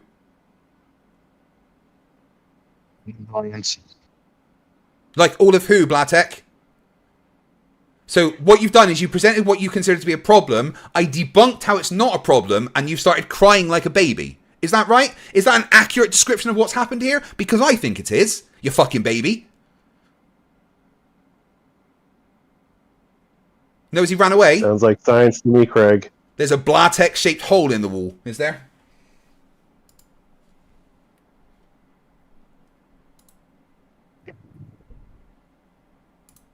That's interesting. Is that it? Blatex stopped talking now because I debunked his stupid point and he couldn't cope with it. Just resorted Sounds to like it. rah, rah, rah, rah, rah, rah, you're a liar and a fraud and a grifter. I'm a grafter, if that's what you mean. I fucking graft every day. Warp Diet, thank you for the advice. My diet and exercise is something that I'm both working on. I'm calorie counting extremely hard as well as training 6 days a week. So don't worry. I'm doing everything. I've eliminated all sugars apart from natural sugars and everything like that. So thanks for the advice. I appreciate it. 60 kilograms. 60 kilograms. That's like in a year. Since like January the 14th getting when I rid of started a whole tracking it. person. It was like a third of my body weight. That's insane, man. So yeah, I'm down a lot. Well done, Craig. Body weight. I needed it. I was a fat fuck, and I'm having my leg amputated. So reasons. You're having your leg amputated? Yes. It's dead. Lefty's going. I'm sorry to hear that. Thank you, I appreciate it, but it's something I'm actually looking forward to happening because it will increase my quality of life exponentially once I've gone through it and got a prosthetic and stuff. I'll be able to do things again like walk. Well, awesome! Congrats, big congrats. Maybe we should just all become grifters and pretend that we're round earthers. Scam people. Sorry, Blatek. Homo habilis discovering his opposable thumb says what? Sir? You're grifting. You're full of shit. Explain why I'm grifting and full of shit, please. Well, you're using the false science we've been fed for 30 years. What false science in against particular? reality? What false science? You're bullshitting people on YouTube because what have I ever bullshitted they're low about? intelligence. No, That's grifting. I'd like you to be specific. Yeah, what have I bullshitted about? Rubbish. Yes, be specific. And all Don't you're just say you're placating grifting. to low IQ people on the internet. You know IQ's not a real That's thing, all you're right? doing. Do you know that Anyone IQ isn't a real can do thing? this. I could lie to people all day too. Do you know that IQ isn't a real thing? Did you know that the internet, mate? Did you know that the IQ isn't a real thing? You can make any statement you make because you're constantly lying to people. What have I lied about? Be That's specific. all you're doing. Talk about flat Earth. You're lying every day. Wait, Blatek, no, seriously, Blatek, be specific. Tell me one thing in particular I've lied about. I just showed you that the explanation you gave was totally wrong. And How is it wrong? You're grifting. How is it wrong? In what way was it wrong? Because I told you the only way that time date map would be accurate if the sun was moving closer or further to the flat plane, and you're trying to say it's tilt. That's not possible. It's not just the tilt. It is. You can't work that out. Listen to the answer, right? It's a combination of the Earth's tilt and the elliptical orbit around the sun. That's why it happens, and it matches the predictions of the globe. Well, I've measured Earth's rotation myself. I've measured Earth's rotation myself. I've measured Earth's rotation myself. You can't measure rotation because I've measured Earth's rotation. Well, I've measured it. So if I've measured it, then it exists. How? I used a pendulum. A pendulum? Yes. You mean one of those like things to at the ask science another museum? question, if I can. No, I didn't. I didn't put it in the science museum. It was at a college that I was, a university I was attending at the time. I made it myself. Yes, I went to university and got an education. You wouldn't understand. Guys, the only people that laugh at people that have an education are morons. It's not an education, it's indoctrination by the time. In what way is a physics degree and a nuclear engineering degree indoctrination, right? Physics and nuclear engineering both taught me how to understand the world. Which part of those two were fraudulent in any way? Engineering does not talk about around Earth. First thing that yeah, my physics degree did a lot. Discussion of engineering about round Earth. My physics degree talked about it a lot, and in fact, my engineering degree actually did talk about the round Earth several times because there's specific things that I was using in my degree that required the Earth to be round to work. Yeah, you're applying an equation to something you could explain. Engineering is not just equations. Engineering is not just equations. Obviously, you've never done engineering; you wouldn't understand. Yes, it is. No, it's not just equations. There's a lot more to engineering than just equations. So I can just use equations to fix a faulty nuclear reactor, can I? That's why people get confused that they study engineering and they believe it's an explanation of a round ball. Wait. Discussion so if I'm in the middle of the ocean on the $1 billion submarine that I was on. And the nuclear reactor that I was responsible for maintaining and operating stopped working and became faulty. Explain to me how I would fix it using equations. It's not even relevant to what we're discussing. I don't care if it's relevant. It's a statement you've made, and I would like you to clarify. There's nothing in engineering that discusses a round ball. Lots of my engineering degree actually discussed how the Earth's a globe. If you're applying your learning of engineering to a round ball spinning, you don't know what you're talking about, or you're a total grifter. So you make a decision right now. Apart from the fact that you're wrong, because I'm the one with the degrees and knows what I did, and I was the one that actually operated and maintained nuclear reactors. Why would you use your education to grift on people? I don't grift, so I don't know what you mean. I speak the truth. I've never said anything that's a lie, so I speak the truth and teach real physics. The fact that upsets you is kind of a you problem. That's why you're a little baby that cried when I debunked you. You didn't debunk anything. I debunked There's no way we could I debunked you harder than I hit your mum last night. Different sides of the Earth like that. There's no way. Sorry, so in what way didn't I debunk you by showing you how it works on a globe? It doesn't work on a globe because how do you... I showed you how it works on a globe. It would only work on a flat plane. Except it works on a globe specifically with a tilt and an ellipsoid. There's no elliptical orbit. There's no problems with that at all.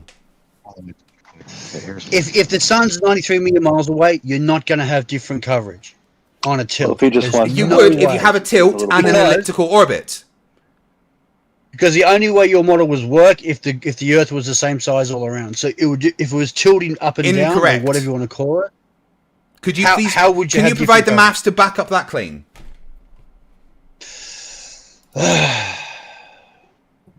Please go ahead. You've got as much time as you want to provide the maths to back up that claim. No, you have to explain it because I'm not defending a ball. It's your ball. Well, no, it's your claim. I don't have to defend your claim. I've already debunked your claim. I've already debunked your claim. I've already explained to you that there's no way you could have different coverage times on a flat ball because it's listen to the words coming out of my mouth. The same distance from any angle, so therefore listen, stop talking. Equal coverage. Listen, with the fact that the Earth has a tilt that stays in the same position relative to the sun, and the fact that the Earth's orbit around the sun is elliptical matches the predictions of what time and date shows exactly. You can't time. Be that ignorant. There's no I'm way. Not ignorant. I can show you a program that shows it. Okay, if I shine a torch on an orange, which goes back to the high school trick, it's always equal coverage on a ball, a basketball, or whatever. Yeah, you always get equal coverage. You always have about 50%. Flat plane. You don't have the amount of light that is different. The amount of light that is hitting the Earth is always the same, but the places that are covered are different because the tilt and the orbit. No, you're a grifter. You should leave YouTube, and I'm writing a letter to YouTube calling you a fucking bullshit artist and a fraud. I make a lot of money for YouTube. They wouldn't want to get rid of me. I don't give a shit. Where are you going to send this letter to YouTube? Just out of interest. I'm going to write a complaint right now and tell you you're full of shit. Who are you going to send it to? That's gonna do a lot of good, man. The complaints department. The complaints department at YouTube. Do you think YouTube has a complaints department? Banned from public service. You're worse than a politician. So, just a quick question, Blackhead. When you were a child, did your mum use your soft spot as an ashtray? Oh, you're gonna insult me because you're a grifter. No, that wasn't an Admit you're insult. I was grifter. asking a question. Admit it. Just admit you're a grifter. Come on. Admit you're lying. Okay, is anyone that's not a clear po want to admit talk to you're me? lying to money for money? Oh, can we get this You're thing cleared deceiving up? people to get fucking money. Yeah. So FTFE, are you saying the Earth can be better than you, bro? You just lie for free. Wait, sorry, someone got halfway through a sentence and then their voice changed. Or maybe it was a different person spoke, one of the two. Yeah, so the coverage changes? The particular parts of the Earth being covered changes, but the percentage of coverage changes. The percentage doesn't change. No, always about Right? 50% roughly is covered. Okay. Because, light So, is shining on a sphere. But what he showed, because I didn't see what he showed, because his argument His argument is that on time and date on that particular right? Well, his argument is that on time and date on that particular day, it showed that 99.9% of Earth's population was in the sun, and that it should be the same all the time. But the particular orientation, based on population, that's a different story, right? Well, no, but his we're point talking about was coverage, like actual geographic coverage of sunlight. When you say geographic, do you mean the amount of land that's covered? Because that's going to be different. Because sometimes the light will be covering more of the ocean than the land, but always about 50% of the globe will be covered. Well, when I say geographic, I mean so including the water. Well, no, then always about 50% of covered, but the amount of land that is covered will be different because there's yeah. So, but his point was that particular point when all of that land is covered and 99.9% of the population is in the sun, that it should always be like that if the Earth is orbiting the sun. But that was based on many, many, many faulty assumptions, like the Earth not having a tilt, the Earth having a perfect spherical orbit, and maybe his brain cells falling out the bottom of his trousers. I'm not sure. No, I don't know if that was his argument or not. It was definitely his argument. All I'm saying is that his argument would be valid if the percentage of coverage changes. It doesn't. It's always about 50%. When you say about, yeah, that just triggers a question mark in my brain. But I mean, you get like atmospheric effects and stuff that can make light go a bit further around, and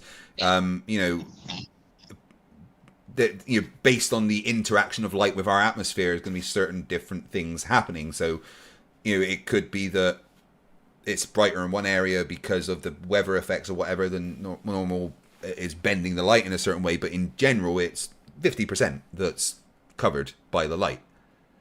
That doesn't change. Heard? Sorry?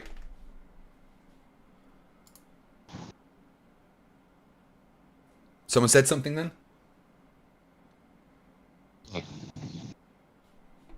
No. Well, I'll jump in real fast. Wouldn't it actually be like slightly more than 50% because the sun's actually like larger than the Earth, so there would be like an angle to Yeah, I mean it's just over 50%. It's about 50. It's near as damn it to 50, but it's slightly more. I think. I don't know the exact numbers, but yeah, because it's 51. 51. Yeah, because the point of light is a lot larger than the Earth. Obviously, it's going to be able to see more of it. Just like a camera up close can't see the whole of the globe type thing. 51.2 actually. 51.2. Cool. Yeah, but would that number also slightly increase as well when the Earth gets closer as well? Because I imagine if the Earth was touching the sun, we would get Yeah, and again, this is why I say about, because with the elliptical orbit, obviously there's a difference of a few million miles. But when you look at what the orbit is, if you were looking at it, it would still look like a perfect circle because the ellipse is so tiny.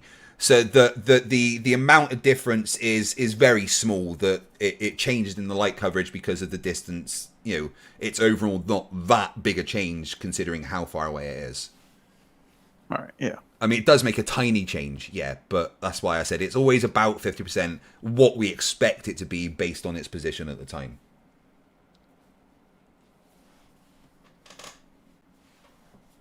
Does that answer the question? Oh yeah, I was just yeah. Well, this has been lovely. Anyone else?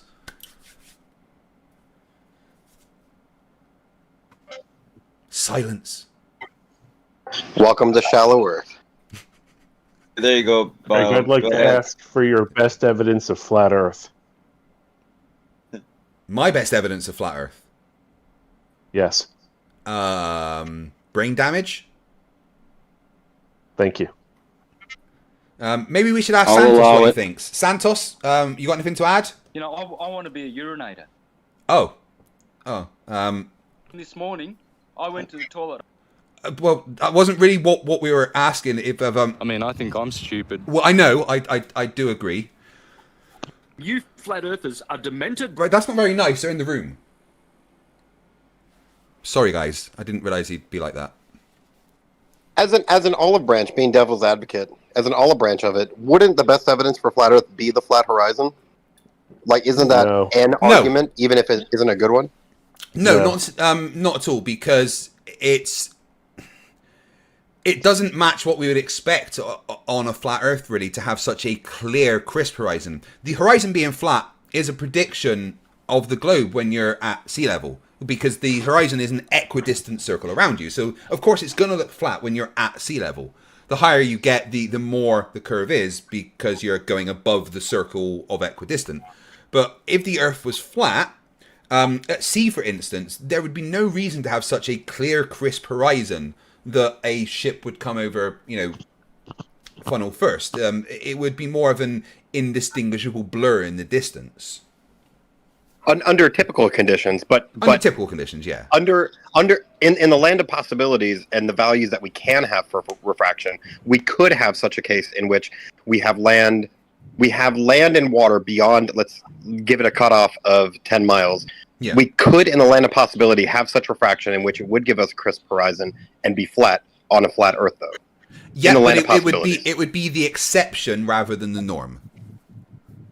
Sure. But in that way, it would be good evidence for a flat Earth in that very hyper-specific, perfect scenario. As long as we agree that it could never be specific evidence for a flat Earth. We could in that circumstance determine that it could be classed as both evidence for a flat Earth and a globe Earth, right?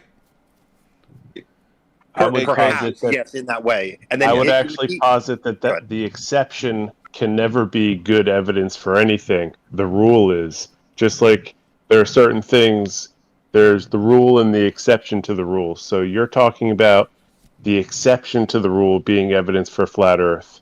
I would actually say that that's never good evidence for anything.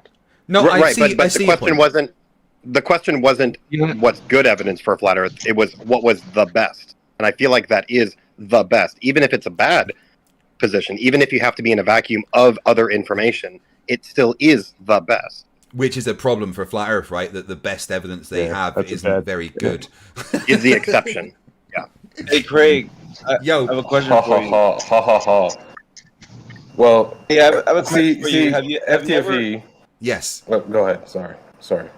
No, Flat Earth Egypt, over to you. Have you ever been to Universal's studios in California? No, I haven't. When he was talking about that horizontal, that horizon, then you made mention about being the ocean. It made me think that you've actually seen it before. You've seen the movie Truman Show, right? Yeah, good movie. Remember at the end when he runs into the wall? Yeah, but in that circumstance, there is a painted picture of, a distant sea and stuff up against, that he goes up against. And if that was the case, that we were literally in a dome like that with images on the edge, then that would give us the perception of a horizon that would get closer and closer as we get to it because of the way that light from whatever source they had on it would be. But we have to remember the Truman Show was a movie. A great one. One of Jim Carrey's best. Definitely Top was. 3, I reckon. Right, Jim Carrey's top 3 movies. Go. Flat Earth, remember? Can I be heard? Just curiosity. Who? Mhm. Yeah. Go ahead. Yeah. I'll finish. Go ahead. Right, I think Flat Earth Egypt had a question. Egypt? Okay, so they're not talking, so let me just talk real quick. I'll post the picture. Go ahead and talk. I'm going to post the picture, then I'll explain what I meant before you cut me off. But it's okay. I'll post Sorry, it. I apologize. I get ahead of myself. It's all right, Egypt. What's your question, bud? You want to get into navigation? Favorites? Yeah. Well, which type of navigation specifically? Celestial. Oh, yeah, the one that requires a globe. Brilliant. The one that requires an angle, right? Yeah. What angles are no problem. I can get an angle between two of anything. Yeah, angles. They require two straight lines to exist, correct? They have an intersection between two lines. That's what an angle is. Yeah, and figuring out your GP and your distance from the GP requires a straight line, correct? Well, yeah, but it's an imaginary line. Regardless. Yeah, so your imaginary line is straight. Yeah, you're taking an imaginary line which is above the sea level, which you then have to apply globe. Isn't that what you're measuring? Globe corrections? What are those? Well, you have to apply the dip correction and refraction corrections, which are all dip has nothing to do with globe. Well, it absolutely does, because if you map out the dip corrections, you actually get a curve that matches the arc of the curve of the Earth.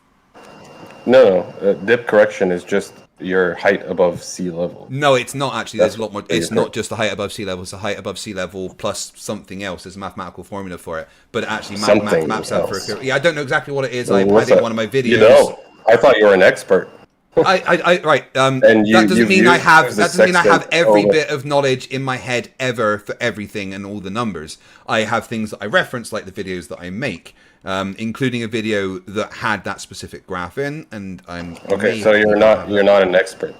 Yeah, I am very much. I am a subject matter expert. But even experts sometimes have to look. Hobbyist, maybe? No, absolutely an expert. I've been trained for over 1,000 hours. So what's the even experts sometimes have to look things up. You brought it up. You said I'm just getting it. So I'm just looking up my notes. If you give me 2 seconds, I'm scrubbing from my video for the graph that I used. Yes.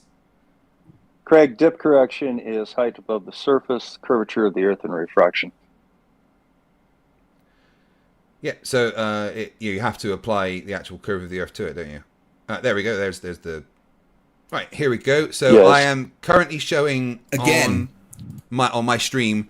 So the dip angle formula, which comes from the Nautical Almanac, is 0.97 times the square root of the height of I in feet, which, when you graph it out, actually matches the curve of the Earth.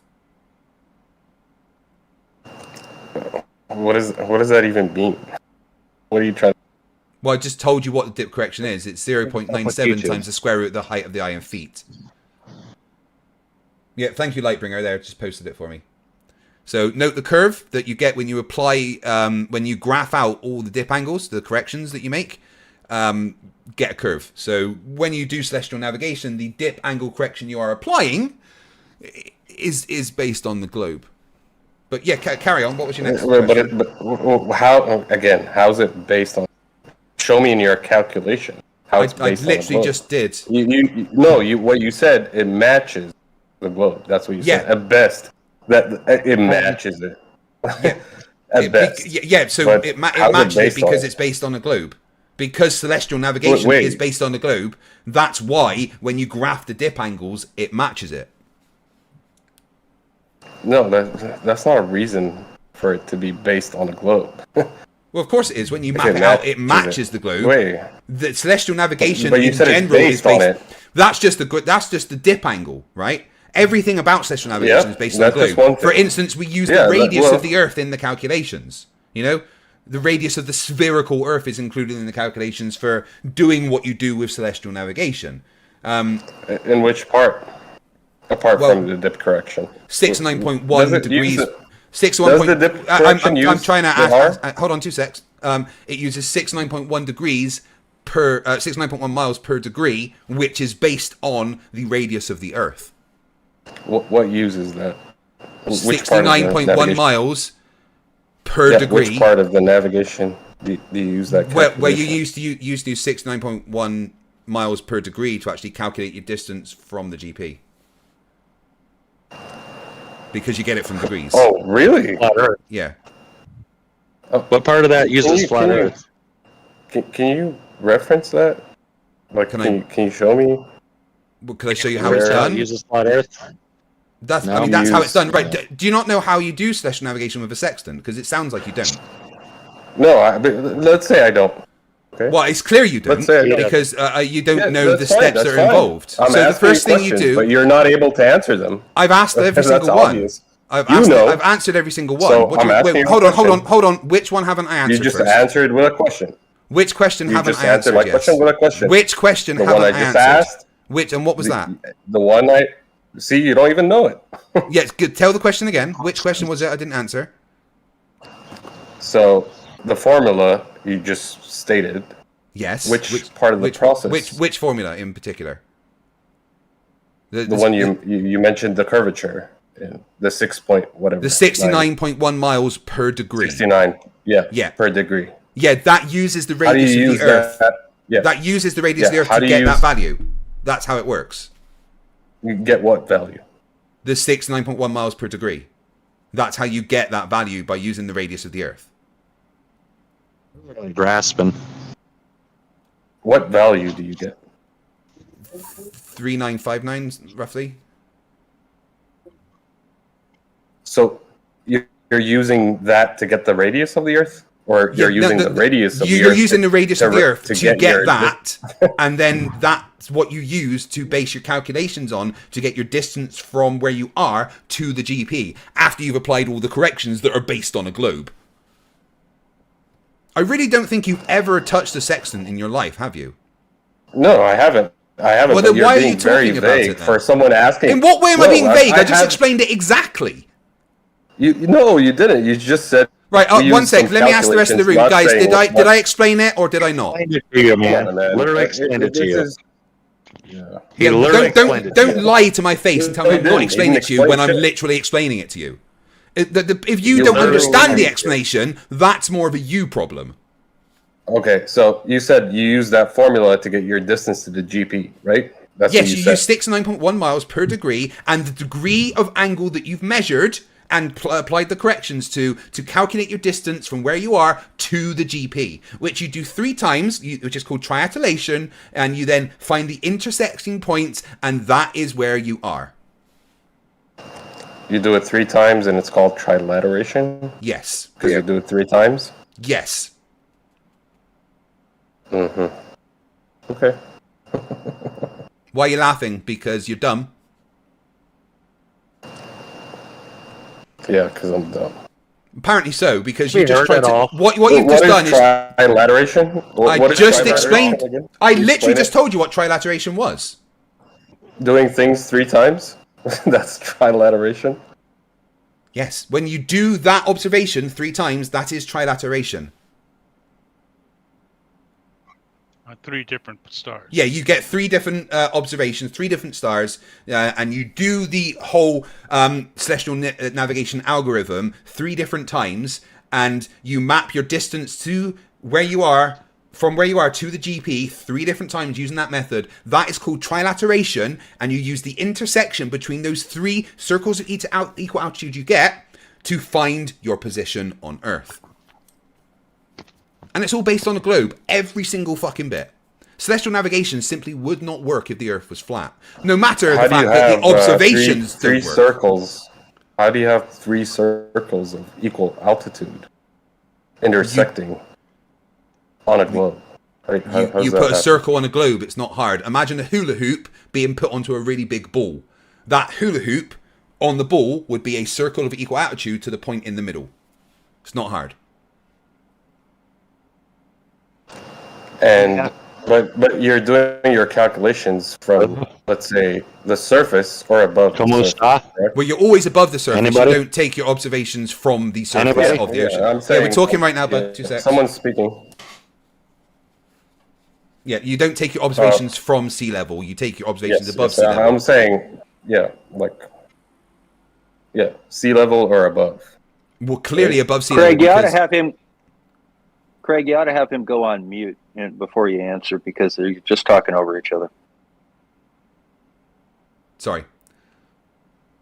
Yeah. So you take your observation from above sea level always because your eyes aren't in the water, and then the dip correction you apply, which is based on a globe. The refraction corrections you apply, which are based on globe, and then you use the knowledge of 69.1 miles per degree, which is based on a globe with a radius of 3959, and it all works because the Earth is a globe. There is simply no way, with the way that celestial navigation works, that it would work if the Earth was flat.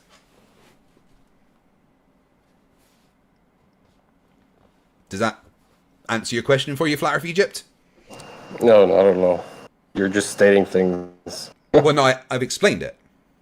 Not just stated it, I've explained it. There's no way this could work if the Earth was flat because the observations don't comport with a flat Earth. Why not? Well, the biggest part of the observation that conflicts is the 69 miles per degree of elevation change. That doesn't work on a flat surface at all. In the slightest. It's an assumed one. It's an assumed elevation. No, it's not. No, it's a measured elevation. It's not. Hold on, nothing's assumed. You measure the elevation angle. Nothing's assumed. You measure the elevation angle. Elevation angle. Yeah, has nothing to do with the surface. Yeah, again, you already said it in the beginning. You said it's an imaginary line. Yeah, correct? It's an imaginary line. Right, the imaginary line is from this. Hold on, let me finish. Yeah, the imaginary line from an imaginary globe. Hold on. No, the sextant is the thing that has the imaginary line. You don't even know what you're saying. Do you want to listen? Craig, unless he goes on mute, I can't hear anything. Yeah. Sorry. Well, no one cares if you can hear things. We're having a conversation. Yeah, it does. Yeah, I care if I hear the conversation. That's what I'm here for. Yeah, we do. Yeah, but that's fine. But people do talk over each other a bit. I mean, Craig has been doing it all day long, but that's fine. Well, then why don't you take charge of your own life? Come on, no, I'm not taking charge or anything. I'm just right. So, Flat Earth Egypt, let me explain to you then. Stop talking. Maybe shut up and listen. Flat Earth Egypt, let me explain to you all the issues then. So, celestial navigation doesn't work on a flat Earth because it's not assumed. The measured elevation angle is measured, not assumed. The imaginary line is not the surface of the Earth. The imaginary line is something that goes from the sextant to the horizon. That's it. That's the only thing that's imaginary. And that line, you then use corrections to bring down to the surface of the Earth. But the line is still imaginary. It's an imaginary straight line. You don't use the surface of the Earth in celestial navigation for your measurements. That's not how it works. Yeah. Well, what you're saying is that imaginary line, right? I mean, you're saying it doesn't work on a flat Earth. But if that imaginary line is the surface, it does work, correct? It's not the surface, though. The imaginary line is not the surface. The baseline... Yeah, but if it was... If it was, it wouldn't be celestial navigation because that's not how celestial navigation works. You don't use the surface of the Earth for the measurements. But that's not what I said, though. But you said if it was, then it would work. Well, maybe if it was, it would, but it's not, so it doesn't. But you're just stating it. Well, no, I'm not stating it. It's a fact because the surface of the Earth is not what you use for the measurements in celestial navigation. You use an imaginary line. No, you use an imaginary line from the sextant to the horizon. There's absolutely... To the horizon, correct. Yeah. Yep. Craig, do you mind? Everybody uses a sextant. Why are you questioning somebody that has? That's dumb. Right, Bob wants to explain. Because I can, man. Well, I have a brain. You don't clearly. Bob has some questions. Right, Bob, you should start using your brain then. I need a bomb. Bob. Measured. Craig, the angle that is measured is on the sextant itself. Yeah. You set the sextant up so you see the star and you see the horizon and you match it up. Then you read the angle off the sextant.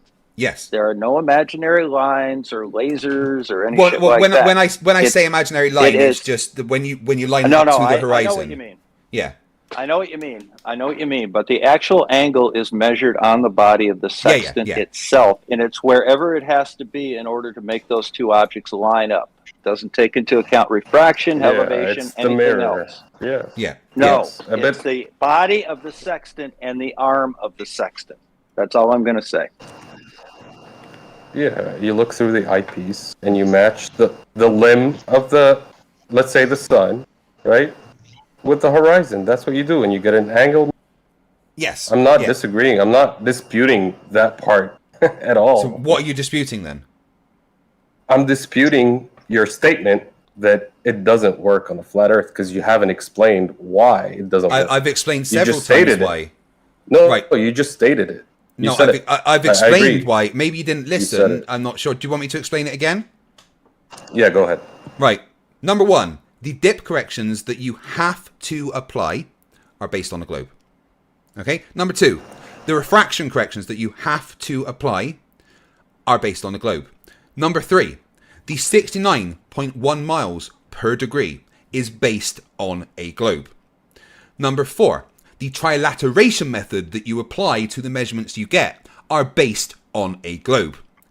Celestial navigation, as we know it, as it is used, would not work if the Earth was flat, because it is all based on a globe. No, it's based on assuming in your calculation. No assumptions. Right? It's based on the assumption. No, there's no assumptions. Craig, the other problem is that on a flat surface, the distance per degree of altitude is different based on however many degrees it is. Yeah, that's one thing I was going to get to specifically, and that is the biggest problem with the 69.1 miles per degree, right? So, let's do a very simple bit of maths here, right? I'm going to read it off of the thing that I made. So, let's assume that we are 69.1 miles away from the North Pole. At that measurement, at that distance away from the North Pole, it will be 89 degrees that we would have to have the sextant measuring to be able to match Polaris with the horizon, right? Because at the North Pole, it's directly above you at 90 degrees. 69.1 miles away, it's 89 degrees, right? If the Earth was flat, we can use those numbers because now we've got a right angled triangle.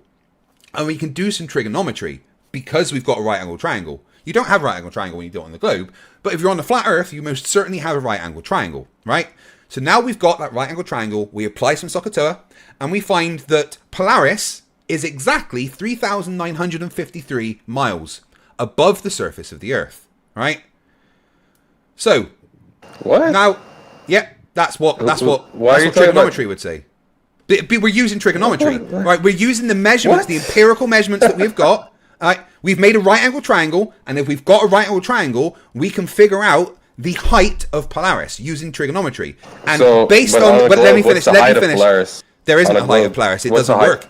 It doesn't work if the Earth is a globe, because that's not how you don't have triangles if you do it on the Earth, on the globe. What? But if the Earth is flat, then how do you measure an angle if you don't have a triangle?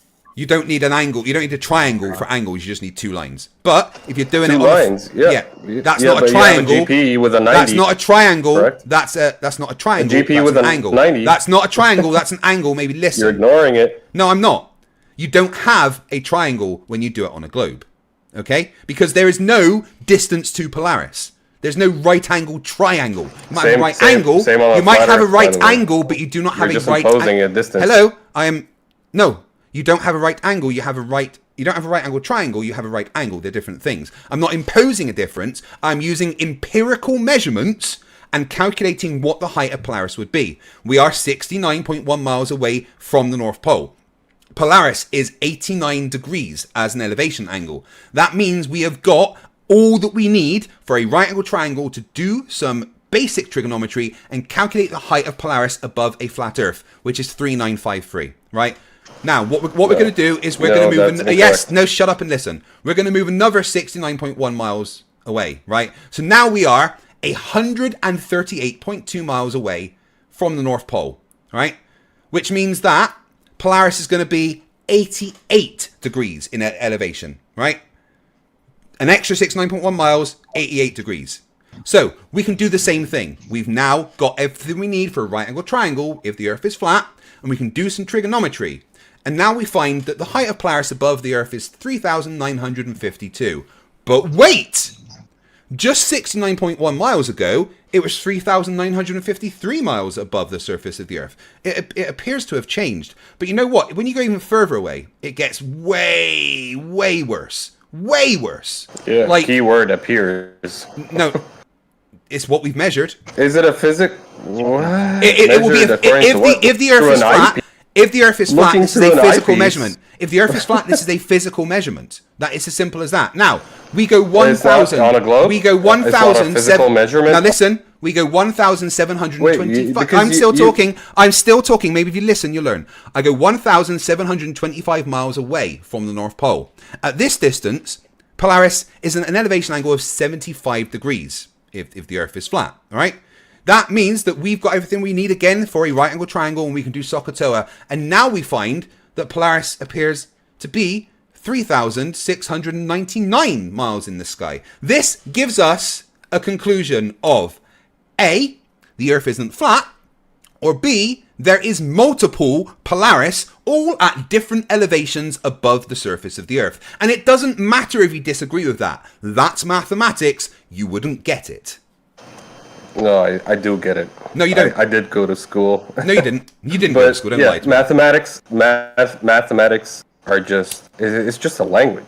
2 + 2 = 4. And that's where you get nothing more. It's not. It doesn't prove. I challenge that as a fallacious line of reasoning. Okay, Mathematics is not a language like French that you can lie in. Mathematics is hard. Let me show you how I can do it. I have $1 million in my bank account. I had 2 transfers. No, you don't. That was a lie. Throughout the month, I had 2 transfers: 500,000 and another 500,000. That adds up, right? 500 and 500. Yeah. 1,000 makes $1 million. That's $1 million, correct? Mathematically correct, right? Does it prove I have $1 million in my account? it's that simple. That's not how. What you did was you just told a lie. What you did was you just told a lie. You didn't do maths. You do have $1 million in your account. Oh wait, you do.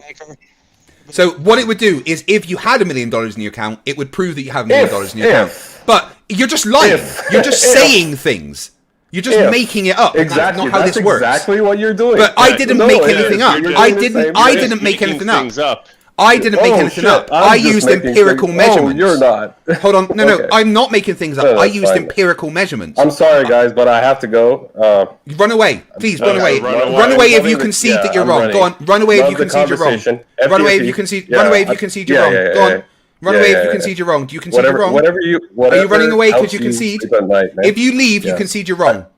No, I really gotta go, man. I honestly, then you concede you're wrong. I'm not lying right now. I lied. Yeah, you are. Oh, wait, you've lied a lot, so I wouldn't know. So if you leave, you concede you're wrong. You concede you're wrong. Brilliant. What you did is you lied. Hold on. You lied in English about numbers. You didn't lie with math. You're completely conflating things. Yes, you lied. You lied. No. You lied in English. You lied in English about something with your bank account. Yeah. You didn't lie with math. Later. Okay, I really got it. Bye, coward. Yeah. I'm a coward. Later. See you later, coward. Bye. I always love it. I always love it when they try and convince people that trigonometry doesn't work. I know, right? It's brilliant. Here's the maths that shows you're wrong. No, it's just making assumptions.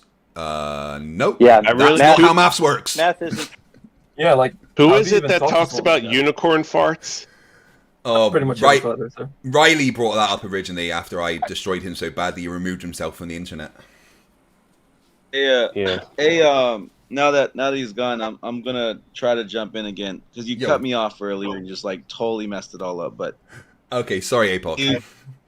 You took the Truman Show and you said, yeah, they painted on it. That wasn't even my point, but you didn't let me get to it. That's why. Okay, I'm sorry. It's all right. So 58 minutes after the hour in my chat here, the main chat, I posted these 3 pictures. One that you said that they painted, I did include that one. It has the clouds painted on it, right? You see it? Yeah. That's from the Truman Show. Yeah. And then the first one, it's showing you screen that they use or when they need clouds rolling and all the fake CGI blue screen, right? That's what they call that. Yeah, and it's making a very clear horizon. Yeah. All right. So and then the third one is kind of more of a front view one, right? But what I wanted to point out though, is that if you were to be I'm not sure who's hot micing. Come here. Come here. Somebody is hot micing talking to their animal right now. I'm just letting you know if you're like kissing your cat or whatever, you are unmiked right now. I hope it's a cat or a dog. That's all. Yeah. Let's hope it's a cat or a dog, not a sheep. Sorry, APOC. So the third one. Right. So the third one's just like more the front view, just showing you like that. But what I was trying to point out though is that it's kind of like along what I think Bile was talking about earlier, Bile Duel, because he was making mention about how that horizon, that horizontal line, is good evidence because we know, like on the studio, in the Universal Studio lot, we know that this is clearly a flat, level water. It's not curving on a ball. Sorry, in you said, movies. What water is level, not curving on a ball? Yeah, so we know that this scene right here, and it's called Falls Lake. Have you ever heard of Falls Lake? Well, yeah, but you just made the assumption that it's flat and level. I mean, that's just a pretty big assumption, right? This lake right here that they have, is an elevation that you could actually. Yeah. So have you got any measurements that show it's flat and level? Because they're different things. But I mean, water doesn't tend to be flat. Well, if you want to go down that road, but what I'm pointing out though is that when they put like a boat in there, or like they do a little scene of someone like like in the ocean, whatever, stranded or whatever, like in the movie magic of it, they can't recreate like the way it looks out there in the ocean, the real ocean.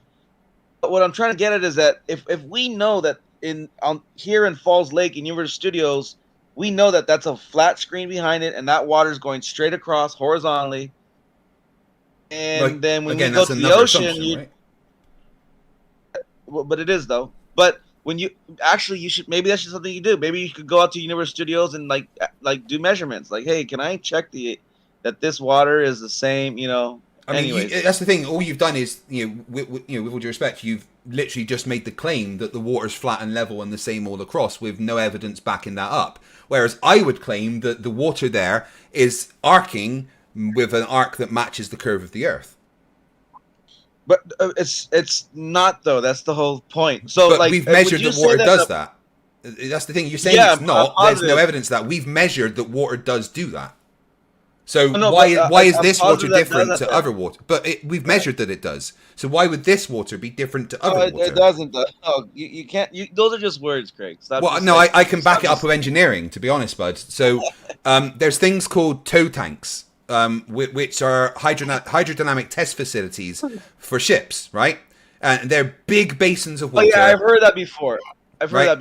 Where they said they measured the rail and they had to even make the rail with the curve. Total nonsense. Yeah. Well, why did you say it's nonsense? I've got engineering documents and everything to back it up. Why did you say it's nonsense? How about the Panama Canal? Do they have to do it there? Well, Panama Canal also matches the curve of the Earth. Oh no, they have some of the straightest, really cool. Actually, I have a cool video of. Yeah, it's straight, but it's like with an arc that matches the curve of the Earth. You can have a straight line on a curve. There's no problem with that. Great deflection. Where in the world is that? I know we always get derailed here, especially by you guys. But where in the world is where's that boat elevator at? Is that at the Panama Canal or is that another canal? I think you're talking about the Suez Canal there, where they have to artificially raise the level because sea level's different one side to the other. Boat elevator. Yeah. Have you seen that? It's like a boat elevator. You haven't seen that before? It's called a lock. Yeah, it's called a lock. Okay. All right. Okay, great. You could call it fucking dog shit for all I care. That's not the point. At least you get what I mean, though. That's fine. Right. So the main problem with your argument here, APOC, is that you are just making the outright assumption and claim without evidence that that water is flat. Whereas I have actual empirical measurements that show that water doesn't lie flat. In fact, I have empirical measurements that show that water has the curve that matches the arc of the curve of the Earth. So why would this water that you are showing at Universal Studios behave different to the water that has been measured? Okay, so because water will always find itself level and flat in the containment that it's in. Level and flat aren't the same thing. It will find it. Water doesn't have its own physics, right? It doesn't make sense. Water just isn't something that has its own physics. It just reacts to forces acting on it, like all other matter in the universe. And the only forces, the main forces acting on water on Earth is the force created by gravity that's creating an acceleration, putting it down, right? So the water's just doing what gravity is telling it to do. That's the thing. Yeah. And we have actually, all you're doing is you're going, no, I don't believe those measurements, when the measurements are empirically tested and repeated at every tow test facility around the world. And there's lots of them. So for you to just go, we know it's flat, when we have measurements that disagree with that assertion, it isn't right. You're saying that water's curving around by an instrument, by a crane that they put on top of it and go over it, right? No, they have to make sure that the rails are the exact same distance above the water at every single point. Exactly the same. So, 5.1 millimeters exactly, whatever it is, right? I don't know the number, but it has to be exact. So they measure that all the way along the tow tank, the rail is the same distance above the water. But when they manufacture that rail, they have to manufacture it in an arc that matches the arc of the curve of the Earth to make that rail stay the same amount above the water, because the water is curving the same amount as the Earth. Okay, which is very small. I'll say it again. I let you say all that, but I'll go back to what I said. So they have a crane that goes over the water, right? No, there's no cranes. A hook, a crane hook, right? That's over the water. This is how, when it's going down, the length of it. What? Ever seen that video? What crane are you talking about? Oh, like an overhead crane, not like they might have a crane to help bring in the ships that they're testing. Gantry, exactly, the gantry that they have, right? That has a hook. Yeah. And now, if you were to bring that down a certain elevation, and it's just going straight along, all right, this rail, you're saying that that the water's curving because they built that whole thing to curve, to represent the curved Earth. So then that's what makes you think that the water's curving, right? Because you're going according to the measure rail system itself. Yeah, well, that's the thing. They don't just assume it; they measure it. They know that they manufacture the rail in an arc, and then they know that when that rail is above the water, that it maintains the same elevation above the water the whole way. The only conclusion that we can draw from that is that the water is curving the same amount as the rail, which matches the curve of the Earth.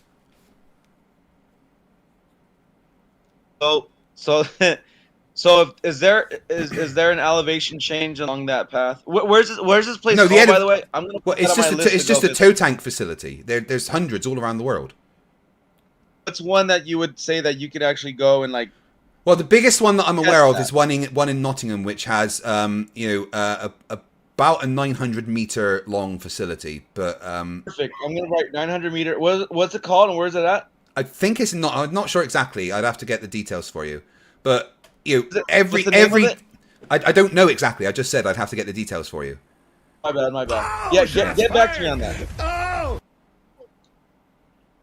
Yeah, get back. Yeah, to me on that. But the point is that every tow tank facility has the same thing. They have a rail that is curved that has no elevation change compared to it and the water, which means that the water is also curved. There's no elevation change. If there's no elevation change, elevation means distance. Yeah, elevation means distance above a surface. So if the surface is curved, then so will the rail. If the rail has to say 5.3 centimeters above the surface of the earth, then above the surface of the water, then there's no elevation change. And if it is curved and there's no elevation change, it means the water is also curved. That's gonna be another one of those things I want to do on my bucket list of things that I want to go look into myself. See, because that's cool that you like say that and you're like, oh, everyone knows that. That's fine. But I want to go with my own eyes and my own. I want to go measure it. I want to go take a look. Hopefully they let me do that. I don't know. Do you think they'll let me do that? Find find a facility near you and go and ask them. But you can also just. Though? I don't know. They might. You can look at all the engineering specifications from many of these places yourself and see that that's what the case is. But it's not even that. We can go back and look at the word level and the way it's been used for centuries in engineering and in surveying. Surveyors for surveyors, the word level. When they see level, they say true level is the curve of the earth. That's what surveyors say. It's in many manuals. In fact, if you just go to mctoon.net/level, there's like 42 citations about how level, when you're talking about the earth and surveying and things, means the curve of the earth. In fact, the dictionary defines it as that. Craig, we live in a world where there are manuals and instructions and books filled with all this curve is straight and all this other crazy stuff, and that's the world we live in. But I've got a book up there that says, there's a book up there I've got that I own that's called "When Straight Lines Become Curves." It's a great maths book. All right, yeah, interesting. So, anyways, I want to go check that out myself, though. Just one of those many things that I have on my bucket list of things that I want to do, but. I put the link in the chat for you so you have a facility here in the U.S. Oh, cheers, Bob. Appreciate that. That'd be cool. Yeah. Thank you. But my point is that, it kind of puts a stop to your argument, but because your argument just has the assumption in it that water is flat and that therefore anything against it will be a flat line. But that's just not empirically the case. How about your pool? Would your pool be? You don't consider the water in your pool flat at all? No, the water in the pool would also have a curve that matches the arc of the curve of the earth. Okay, it's going to be tiny. Okay. It's going to be absolutely tiny. Something you couldn't even measure. In fact, the forces in the water, that's creating adherence to the side or from the suction of the pump or whatever, would probably disrupt the curvature because it's so small. But there would be an overall, if you took away all the other forces involved, there would still be an arc that perfectly matches the curve of the Earth. It's just a fact. I think that's a bold statement. But I can't. Did you tag me, Bob? I think Bob was the one talking. He put it about, it's 2:10 a.m. It was in there. Well, 2:10 a.m. for me. No, I didn't tag you because since this was very easy to get through Google, through Googling toe tank and curve of the earth, which you didn't do, I figured you might as well at least do a little work and find the reference in the comments. Oh, you gotta make me work. Oh shit! I didn't realize there's that many more. That's why. There's a lot of messages going on. My bad. Rolling way too. Okay, here we go. Okay, thank you. So it's a common problem, right? And something that flat earthers hold on to all the time as a basis for their arguments, and that's that water's flat when it's just not. There's no time when water's flat. Like if I look at the water in this glass in front of me, it's not flat because there's surface adherence, surface tension at the side. The water isn't flat. If we look at waves, water's not flat. If we look at a droplet falling from the air, water's not flat. There is simply no occasion the water is flat. It doesn't happen. Well, it's one thing to say that there's like tension on it, so it has like a little, like maybe an indentation inside because of pressure, because of if it's in a tube or whatever. that's one thing. But to say that it's going to then bend around a rock or you know, a form of dirt or whatever you would, you know, want to say is at the bottom of the sea, if you know what it is, if you know the depths, good for you. Whatever that water's curving around and bending around, I think that's where it just gets really loony toony, bro. Well, that's kind of just an opinion and maybe a bit of personal incredulity, you know? Yes. It could be. Maybe. I don't The know. important thing in this discussion is what's empirical. What can we repeat? What can we test? And whenever we do it, we find things that debunk the flat Earth. Flat Earthers tried to measure the rotation of the Earth to see that it's not there. Whoopsie, measured the rotation of the Earth. Flat Earthers tried to prove there's no curve. Whoopsie, found some curve. You know, there's no repeatable test you can do that indicates that the Earth could be flat. There simply isn't. And any flat Earthers that claim there is simply are doing something wrong or misunderstanding some basic aspect of physics. Because here's the thing, right? If you had a degree in physics, you wouldn't be a flat earther. And this is a challenge that I've put out to flat earthers, right? And that's, you find me a flat earther that has a master's degree in physics and still thinks the Earth is flat, and I will delete my channel and I'll delete Simon Dan's channel. I've got permission from NASA. That he has a master's degrees in what? Physics? Yeah, you find me a flat earther that has a master's degree in physics and can demonstrate that through the knowledge they impart, then I will delete my channel and Simon Dan's channel. All right. Fuck it. I'll even delete MC Toon's channel. That sounds good. Hey, Bob, the thing you posted here, that's the Naval and Marine Performance Testing Simulation, right? Yeah, a very large tow tank facility. All right, cool, thank you. Don't know if you can get in that one. It's 500 meters long. And it is 500 meters long and designed to incorporate the curvature of the Earth. Absolutely. 100%. And there's the documentation right there as well. It actually specifically says that too. Thank you, Bob. That's very handy. Very handy. Took me all of 30 seconds to find it when I first looked for it earlier. Yesterday I think it was. So it's but then again I actually want to know these things. Yeah, knowing things is important, right? I'll give him a call, and because, you know, unlike you guys, someone told you, you believed it. No, I tested. That's a big straw man of my position in particular. I don't ever believe things that I'm told. I test shit. I have my whole life. I also physically. Oh, did you go to the facility? I asked you if you've been there. I asked you if you've been there to do it. No, I don't know why you. I measured the curve of the Earth on the lake behind my house. Craig's also measured the curve of the Earth. Well, I've not measured it. I've confirmed the measurements personally. I've never made any measurements myself, but I've confirmed that measurements are true. I've measured the rotation of the Earth, so I don't need to go to that facility because I've already confirmed that the Earth has a curve. So, you know, I've already done that part. So you measured the curve of the Earth by using planar geometry. That's amazing. No, I confirmed the curve of the Earth through my military navigation.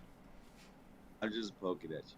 I know you got your ways that you did it. So apparently, Sin Cleanser. How did you confirm the flat Earth? So apparently, if Sin Cleanser's around, he's got another question that he's been posing at people. Is he here? I think Po Cleanser. He's probably like watching it somewhere. But what's the flavor of blue? Yeah, I know. He's not in here, but he's probably watching it somewhere.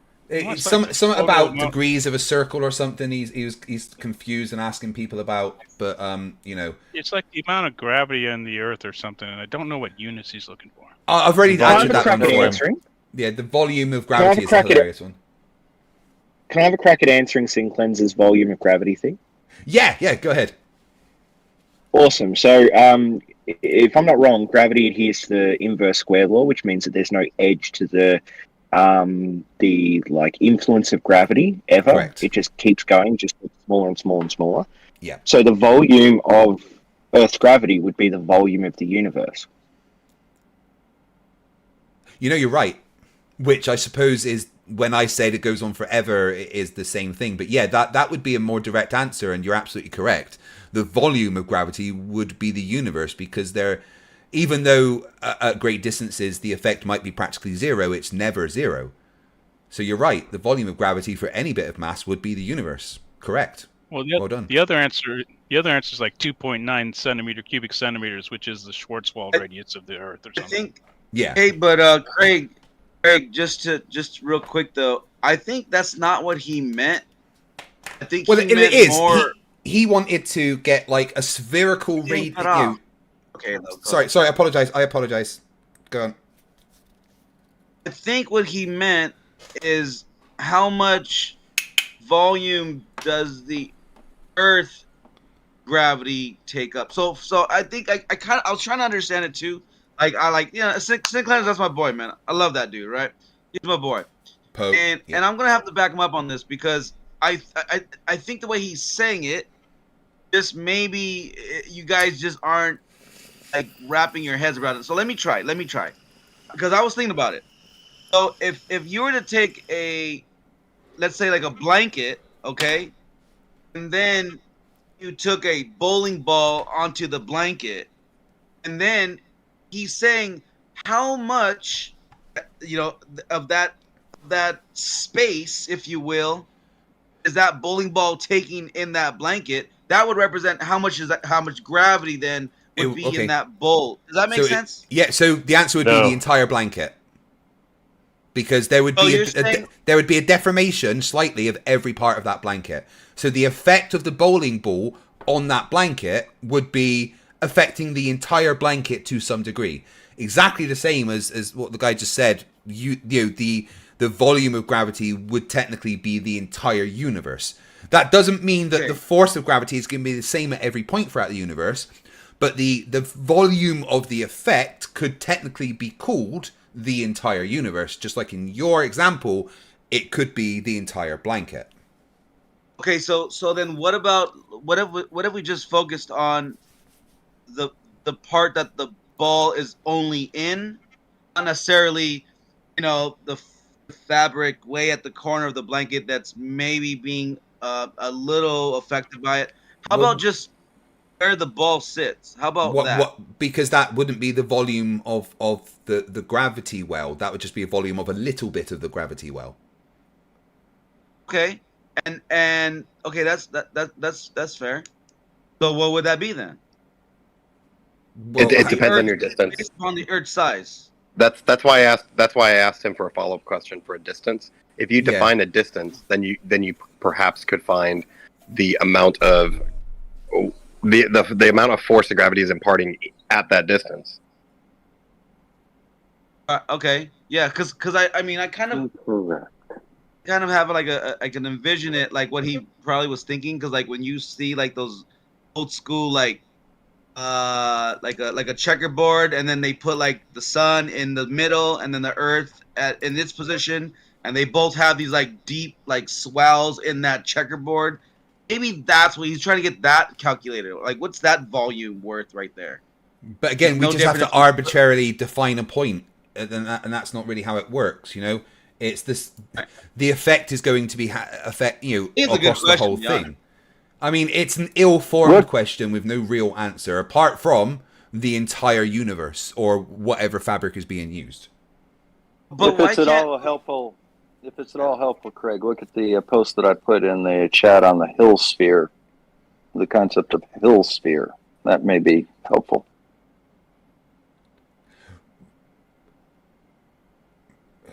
Right, okay, so this just defining the radius in which the effect is going to be enough to cause something to happen. The moon would in turn have a Hill sphere of its own, and the object within this would tend to become a satellite of the moon. Right, yeah, so there is a specific radius, it appears, where an astronomical body will capture something and make it become its moon, right? But that's only you can't just say, well, what's the volume of gravity of Earth? You have to compare it to something else, like in what Bob's presented here. there, based on the radius of the Earth and the radius of the Moon, there is a radius in which that Moon will be captured as Earth's satellite. In the same way, the Moon will have its own radius in which, if something with sufficient mass was to get near it, it would then become a satellite of. But that doesn't mean that the gravitational effect stops at that point. That's just the point where it's strong enough to capture something to make it become one of its satellites. The effect still goes on for a long way after that. So anybody that is within 1 light year of the sun will start orbiting the sun. Anybody that is in 1.5 million miles of Earth will start orbiting the Earth within that solar system. Yeah. So that's basically how that works. I think that's what Sin was maybe trying to get at, is like kind of like, okay, this is a perfect picture maybe, because that sun right there in the middle, it's almost like this ring around it would be kind of like how much gravity it's going to be, can be measured, right? The volume of it around it, and I think that this is perfect actually. Maybe this should get sent to him, but that would be his question. Okay, well then calculate it. How much gravity is in that circle right there around the Earth? Because that's going to represent it being in this fabric of bending. What did you say? What did you say, Bob? 1.3 million miles from Earth. Yeah, but that's still how much gravity is in that little circle is still an ill-formed question, because how much gravity is still dependent on the second body that you're talking about. Yeah, but what we can do is how do you quantify gravity? How do you quantify gravity? I mean, what is the volume of gravity?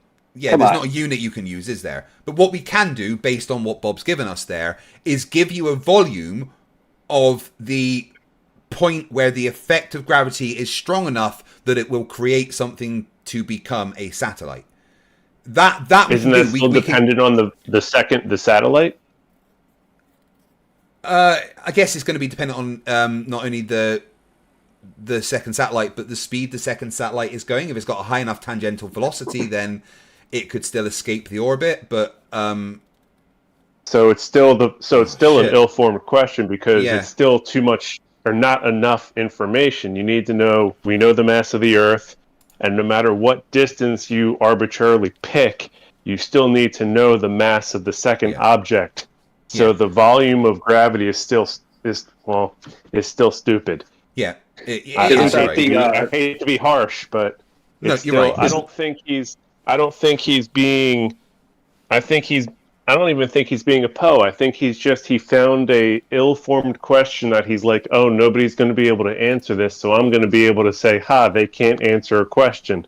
He purposely created a trick question. I've listened to him ask this so many times. Yeah, I mean, we're trying to make something that can't. We're trying to make sense of something that can't make sense here, aren't we? And that's what we're trying to do. I love the movie My Cousin Vinny, and I feel like it's when the prosecutor is asking, what's the ratio on this, and then she's like, that's a bullshit question because it doesn't. It's like that's what he purposely created. He created a bullshit question that does not have an answer. It's like if I'm to ask you, how much does an hour weigh? Give me an answer to that. Go on. Isn't that the Lagrange point there that we had just defined, where L2 does seem to be based on that where the Earth's Hill sphere is, but I'm not entirely sure. Well, L1 and L2 both seem to define roughly where the Hill sphere of Earth would be on that. I'm not sure. I'd have to have a look closer at that, but I imagine they're going to be close, right? Because L1 is going to be the point where the gravitational pull of the sun and the Earth are the same. So that would be the point where the influence of Earth would create something to be a satellite. So I imagine the Lagrange point would be close to where the radius of the Hill sphere is, right? Yeah, and if you get outside of that point, then the Earth's gravity is no longer going to pull you back in. Right, yeah. You'll be more affected by the sun's Hill sphere at that point than the Earth's. Yes, yeah, exactly. Okay. Unless your velocity is great enough. Yeah, exactly. I was talking if he was like basically stationary, I guess. You got to have a pretty decent understanding of high school physics or even early college physics. Yeah, to I'd really say this is a bit higher. Get your head around this. Yeah, I'd say this is definitely college level. It's very confusing. Very confusing. You need a little bit to get your head wrapped around it, but it's easy to wrap your head around. Right, but Sin Cleanser has been asking a different question though, and that's what I wanted to ask him about. If he doesn't want to say it, I'll just someone told me anyway. He's basically asking everyone: does a sphere or a circle have 360 degrees? Well, the answer is a circle does, because a sphere doesn't have degrees in the same way a circle does. Doesn't a sphere have infinite number of degrees? Because you can draw the circle so many different times, which all has 360 degrees. It's like you can keep going, just like something won't get to zero. It'll just constantly approach it. Yeah. I mean, you can choose any radius of the sphere, and that radius will have 360 degrees. But degrees defines a two-dimensional plane, and a sphere is three-dimensional. So it's like it's a question you can't answer. There is no degrees in a sphere the same way that there is degrees in a circle, because it's for 2 dimensions, and the sphere isn't 2 dimensions. You should almost ask Tony, because I'd love that to be the answer if he ever asks you if it's infinite, because for that saying, I know it's not correct, but it's close enough that you could really mess with his head. Bubby boy, my bubby boy. That it's, the same thing, the same amount of degrees, just an infinite number of degrees, because you can keep drawing 2-dimensional circles on a sphere over and over again. So that would really mess with them. When I looked up on maths.com, it says degrees are a unit of measures for angles, and they're typically used to describe rotation or the size of a 2-dimensional angle. For example, the angle formed by 2 intersecting lines or rotation of a circle is often described in degrees. A sphere is a 3-dimensional object, and it doesn't have angles in the way that a flat shape or a circle does. So it's simple. You can't, a sphere doesn't have angles because it's not 2-dimensional. So it can't have degrees. But yeah, I'll just ruin Sin Cleanser's question before he gets to ask it to anyone. Greg, it wouldn't be actually any 3-dimensional shape. So you can have 2 points, and you can always draw another. Sorry. I didn't. Every great circle has got circle. Wouldn't it be for any? Degrees. If you give any shape, wouldn't it be that you have? Because you can have 2 distinct points on any 3D shape, so you can just keep on, subdividing them up infinitely. Wouldn't that kind of be it? Yeah, it's like trying to divide by 0. It's just it approaches infinity, both positive and negative. It's not going to happen. I mean, not just a sphere, but wouldn't it be any kind of geometric shape that's 3D? What, you mean like a cone or a pyramid? I mean, I think as long as there's it's a circle-based 3D shape, I guess. But I see Dan the Waterman posting evidence my point earlier. That's nice. Right, anyway, it's been about 2.5 hours, which is... Craig, before you go. Yes. I had a question for you. I'm writing a paper on Flerfs, actually, and I had a question. Hey. Do you think that aside from the con men, do you think that it's a prerequisite for flat earthers to not have any kind of practical real-world experience? Yes. They can have, my answer would be, they can have some specific experience in a very niche thing, and they will try to imply that to an entire life experience. For instance, Level Earth Observer, who is a crane driver, right? He has that experience of being a crane driver, but he tries to apply what he experiences from the crane to his entire life. Right, so they extrapolate out a bunch of meaning from their very narrow little subdomain of things that they can do. Yes, pretty much. Absolutely. I don't think that it's very hard for me to think of a Flerf that has a lot of life experience in different aspects of life. I couldn't speak to all, but it's not something I've come across. I'm focusing more in the sense of, I know you have to go, I just want to get your opinion. So, if you present a paper to them, they just don't have the knowledge to understand, why that's important in the first place. You get what I mean? Yeah, they can't apply it to everyday life and things in general. They only look at it from their own very narrow field of view. Usually, what's it get? I'll give you an answer for that when Craig is done too for your paper. I just think Flerfs refuse to accept how science is communicated. They look at a paper, they hear scientific paper, and they're like, "Oh, that's just fake." Yeah. That's just how science is communicated. Unless it's one that apparently backs them up, of course. Which doesn't exist. No. Just ask Witsit. I'm surprised they haven't just fake papers yet, though. Like, really. You could be such a better flat earther than the flat earthers. Just why don't they just fake things? I don't like. Did you ever read the paper that Anthony Riley wrote? I did see the what was it, the law thesis from Riley? Yeah. That was. It was the funniest thing I've ever read.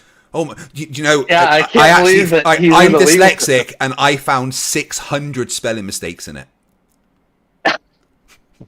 Oh no! I know. Did he ever become a? Is he an actual lawyer, Craig? Yeah, no. Well, he says he's qualified. Well, he must be, right? Because I read about a court case that he defended himself in, right? And at the end of the court case, the lawyer said to him, "Mr. Riley, me and the court are at a loss as to how you have come to this conclusion."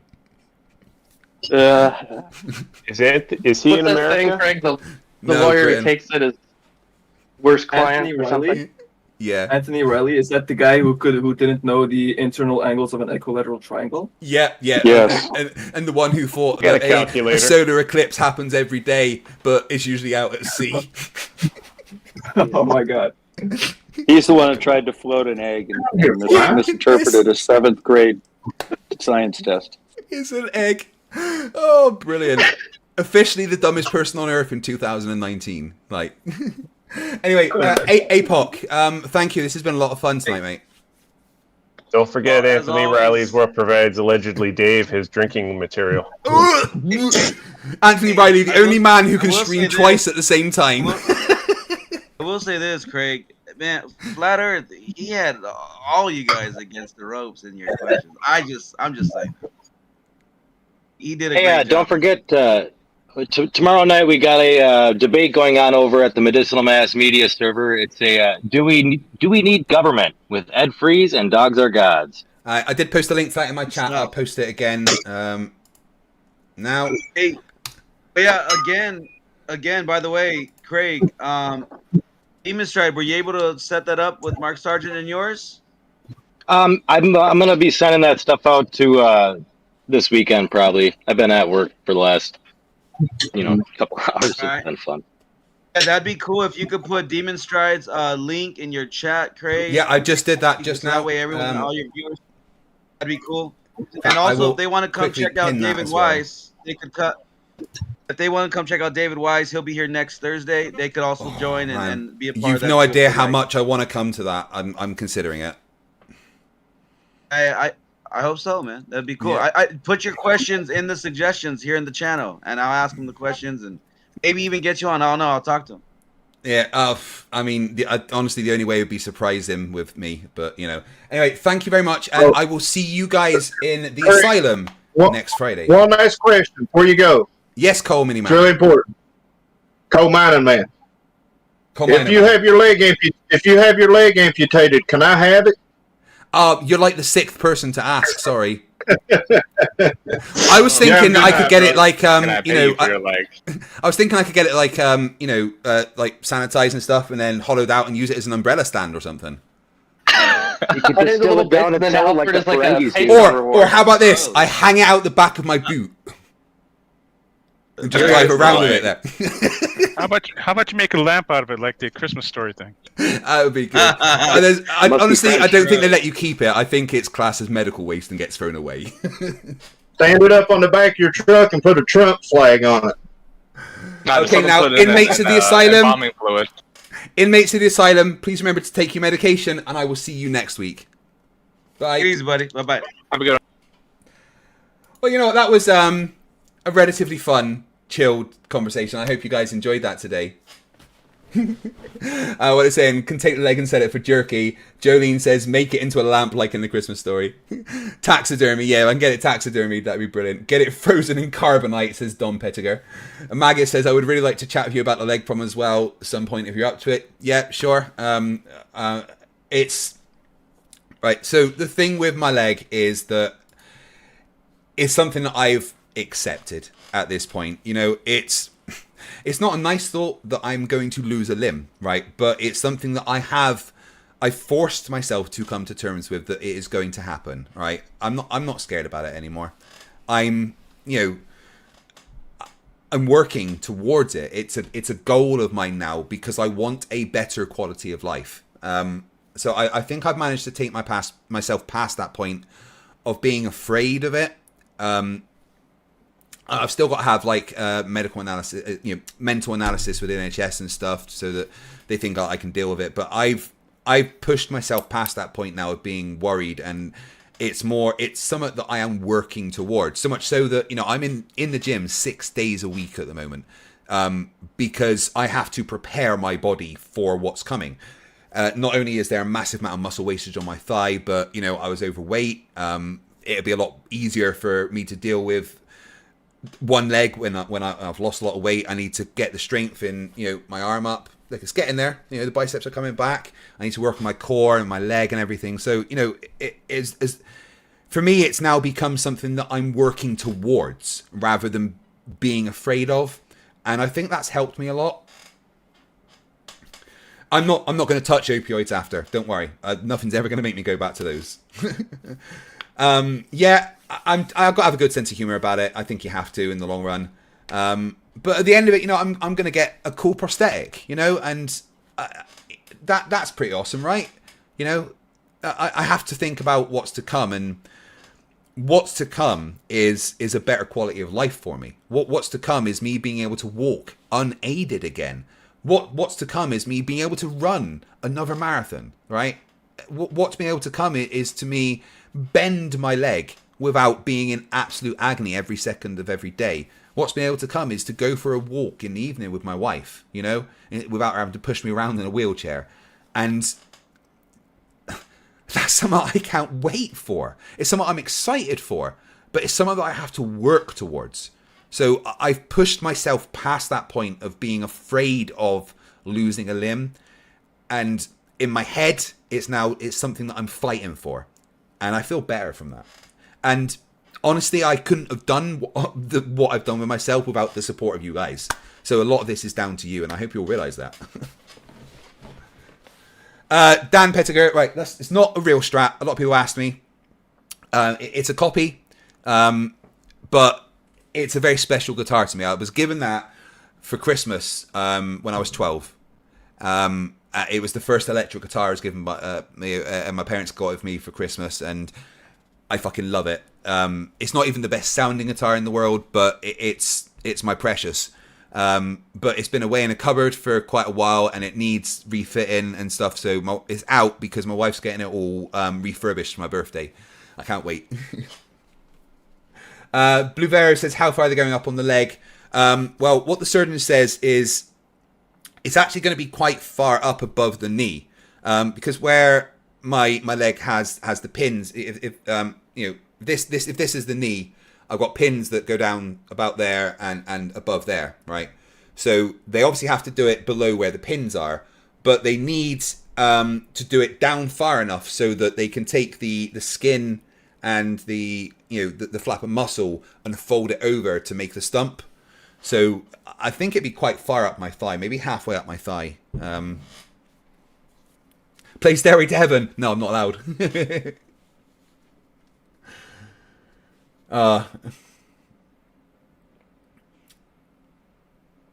Yeah, so that's the deal. I am working really hard at the moment. And you may have seen on my community post, I've asked you guys want to see some of my progress. So I'm going to start doing some shorts of the exercise that I'm doing, showing the progress of my body weight loss and everything. And I have lost a lot of weight already this year, about 60 kilograms. But I want to lose more. I need to go down about another 2 stone off of that, and that I'm at the point now where losing weight has become harder because I've already lost a lot of the fat that I had and the water weight and that, and now it's working hard to burn off the fat that's there. So I've still got a way to go and a lot of strength training to do, and I'm going to share that journey with you guys, and then you can share the amputation and everything as well.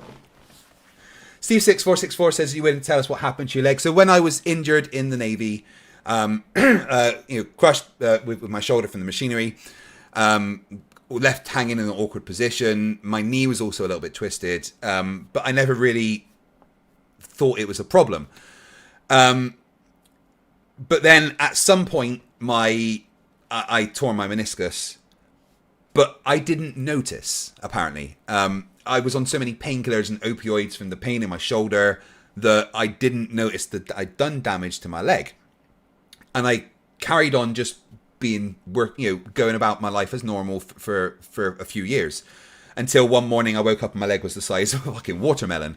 So then I went to hospital, and the doctors were like, "Well, why didn't you get that fixed ages ago?" And I was like, "Get what fixed?" Like, "Well, your meniscus tendon is just gone now, because when it was broken, you never had surgery to fix it. So for years, my knee had literally been just grinding itself away. So they put some pins in it to try and stabilize, the problem that's there.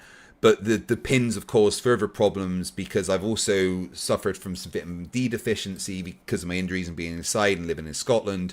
The pins have crumbled apart of the way.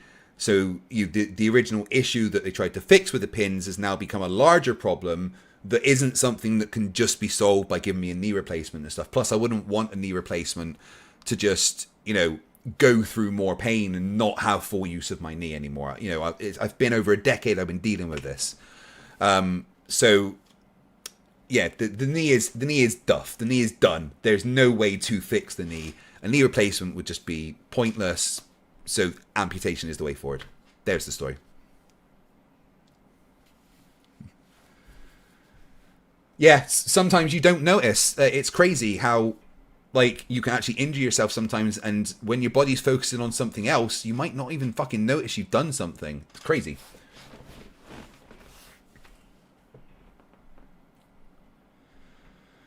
Right. So, thank you for everyone for your support as normal tonight. It's been a bit crazy with the super chats.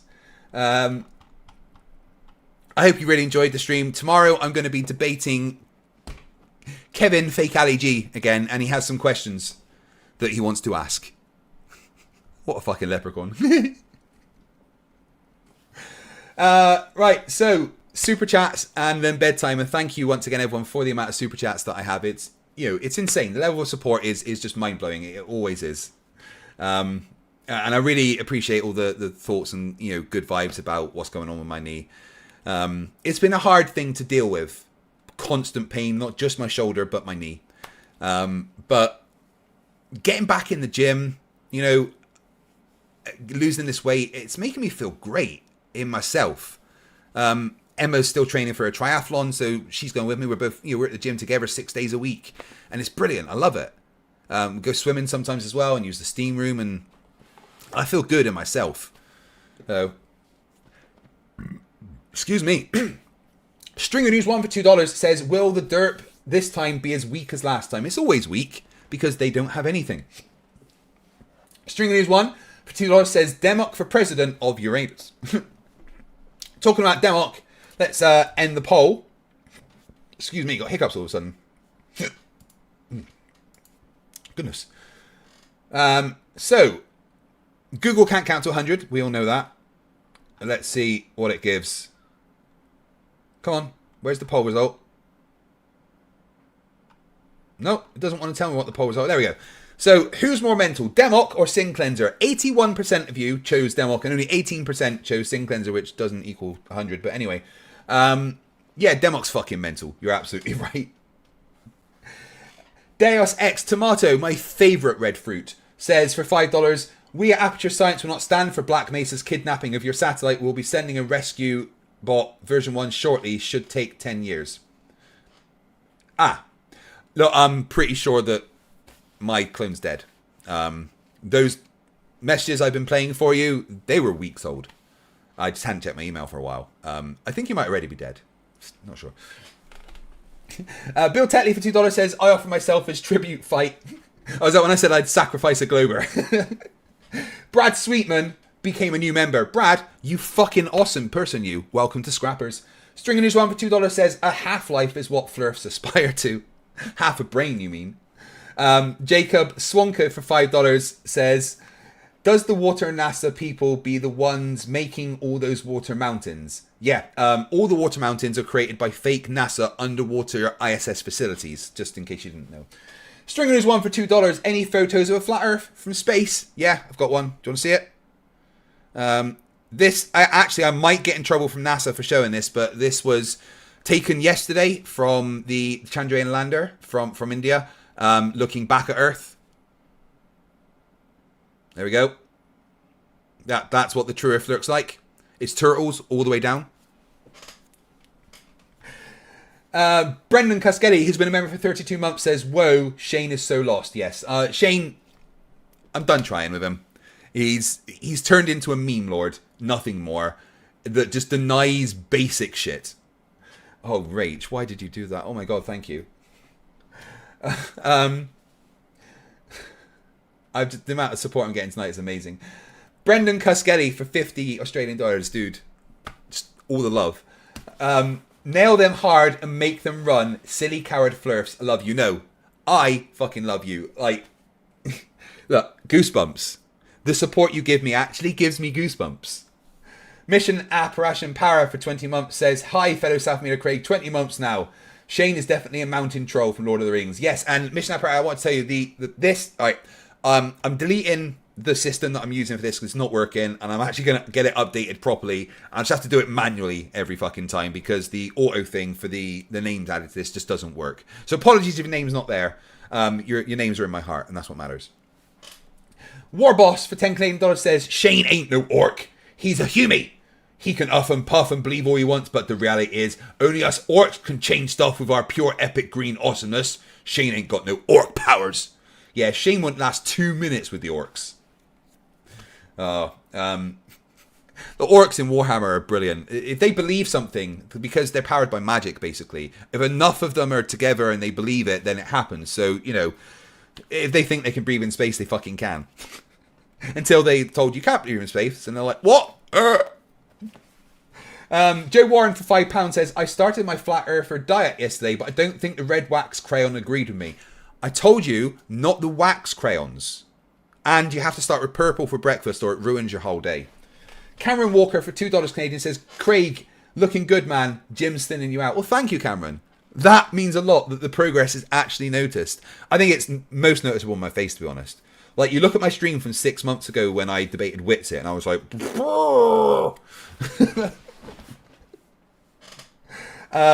Cameron Walker for $2 Canadian. No, just read that one, thank you. Warboss, $5 Canadian says, "Is the OnlyFans orc friendly? Any good crumping action? Asking for a weird boyfriend, you know. Don't look at me like that, you git."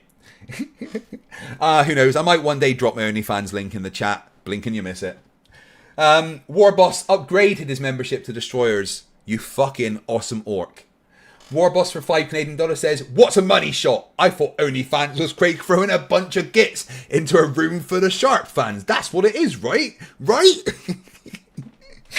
Right, what would an FTFE OnlyFans look like, guys? You know, talk about that in the chat. What would an FTFE OnlyFans look like? Don't throw up. Stop throwing up. Cameron Walker for $5 Canadian says, "Craig, you entertained me for years. Can I sign your eventual prosthetic?" Yeah, anyone can. Thank you, buddy, for the support of all this time. It means the world. Stringer News 1 for $2.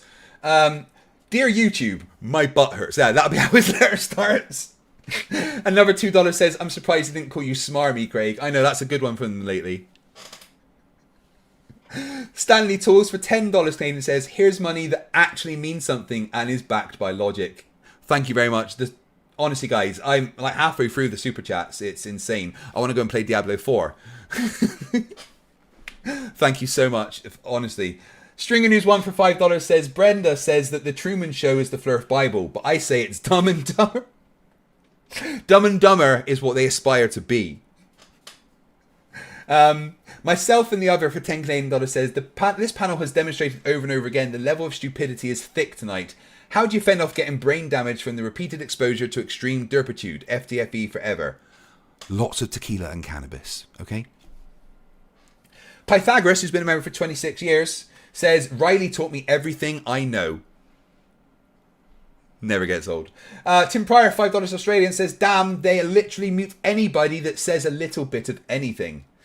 Oh dear, were you getting muted, Tim? Sorry about JSS Tiger for $5 says, what's the volume of flat Earth density? Infinite. We can't measure that. We don't have anything appropriate. Guys, so many super chats. Mr. E-Man became a new member. Welcome to Scrappers, you fucking awesome person, you. Bill Tetley for $5 says, hey, fight the flat shirt, you sexy beast. My birthday is coming up September, and I'm wondering if I'd get your autograph as a birthday gift. You want my autograph? But yeah, sure. Message me on Discord if you want to sort that out, bud, or email me or something. I'll get that sorted for you. Thank you. Someone that wants my autograph is crazy. Turing Test 2 for £10 says the steradian or square radian is the unit of solid angle in the International System of Units. It's used in three-dimensional geometry and is analogous the words to the radian, which quantifies planar angles. Yeah, so not what Sting Cleanser was saying. Mark Sweeby says FTFE OnlyFans equals him doing a Star Trek dance. Rachbot says wearing a singlet whilst doing equations. Ooh. Oh, Jolene, what class do you go? I've got a sorcerer, and then I'm playing as a necromancer with the wife, with the one we're doing together. I've just hit about level 33. Still not out the first main big area, to be honest. I've just been doing every dungeon to try and level up. Kind of based everything on arc lashing with my mage, because that seems to kick ass. What are you doing? Come and join me. Oh, Brendan. Oh, dude, I've just seen that. Mr. E-Man for $9.80 Australian, thank you very much, says, because gravity is a thing. Yes, it is. 9.8. And then MB for £2 rather, towards the leg taxidermy. Guys, so many super chats. Sparky NJ for $5. I hope I didn't intrude too much, Craig. Thanks for letting me participate. Always welcome, Sparky. As long as the flat earthers let you, I guess. Thank you for coming and supporting me always. Stringer News 1 for $5. Craig, you're not losing a limb. You're gaining a phantom limb. Shut up. I don't think I'm that worried about phantom limb. So, from my research, phantom limb mainly occurs when the leg is lost due to a traumatic experience. Like, suddenly getting cancer and having to lose the leg, or an accident meaning the leg has to be amputated. I know that my brain will still try and send signals to something that isn't there, but I think that I can get past what is phantom pain. So, Mr. E-Man for $5 Australian, so you will be changing your YouTube name to Flat Earth Terminator due to your new status as a cyborg. Yeah, I'll technically be a cyborg, right? Part human, part machine. I will be a cyborg. Warboss for $5 says, Craig, what you got to do is get some proper amps in them legs so you can rock Cheswick is a wanker with your brand new surround sound knees. Wah! Cheswick is a wanker. He wears a wanker's hat. Oh my goodness, guys, you're insane. Tim Pryor for $5 says, so is it too soon to say that you have a leg up on flat earthers? Vic Anook for $2.79 Canadian says, tattoo the flat earth on the bottom of the stump. I have to get something tattooed on it, don't I? I have to. I was thinking whether it'd be a scar, I could get two eyes of like a smiley face. Shovelhead Steve, $2, says, I lost my left leg 24 years ago. You'll be fine. Thank you, Steve. That means a lot. There's actually a dude on YouTube I've been watching a lot. One Leg Alex, I think his name is. He's been a bit of inspiration to me. He's running a marathon on crutches, which is something I couldn't do because of my left arm, but wow.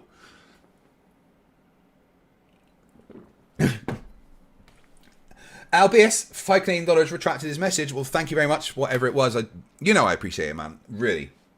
And then Rachbot, my favourite AI, sending over the digital pennies of $50 Australian with a Transformers thing. That's amazing. Thank you, Rachbot. You know my love for you exists. Albius, $5 Canadian says, you're going to be Bionic FTFE, the Globe superhero. I just want to do like party tricks to scare kids. Like I'll be wearing trousers, I'll just twist my leg around or something. MB £5 says, we're on your side. No, I'm on yours. Warboss $5 Canadian says, what you mean we can breathe in space? There's nothing out there that can hurt ya. Take that back, you git. Sparky NJ $5 says, FTFE OnlyFans, you fully clothed and beating fruit slowly. Brendan Cuskelly for another $50. Dude, thank you. Oh my god. Random question. What color saber? Green, blue, or orange? Love you more. Purple? I mean, who wouldn't want a purple saber, right? You know the story of how Samuel L. Jackson got his purple saber was basically he asked George Lucas. George was like, "What do you want? Green or red or blue? You know, green or blue?" And he's like, "No, I want purple." He's like, "But there isn't purple sabers." Like, "But I want purple." So they made him a purple saber. I want a purple saber. Cow, $2. Thanks for fun. And thank you for the support, Cow. Stringer News 1 gifted 10 memberships. Thank you. If you became a member today and you didn't pay for it yourself, please send a thanks to Stringer News 1. The Casual Engineer, $5 Australian, says, "Only flans, sweaty shorts for sale." Ooh. Yeah, I sell you my underwear after I've been to the gym. Fact Base for $2 says, "For the legs wobbly eyes after the taxidermy." Love it. Thank you. Albeus for $2 says, "Lol, I couldn't see it, so I retracted my first one." Well, thank you for the super chat anyway. I really do appreciate it. It means the world. And that's it for tonight, guys. You know the love I have for all of you is beyond words. Not you, Gary, obviously. The support you show me constantly makes this old, cold-hearted, mean, grumpy old man very happy. So thank you from the bottom of whatever NASA replaced my heart with. I will see you tomorrow for the debate with Quevin, because, you know, why not punish myself a bit more? And why not punish you with me rapping?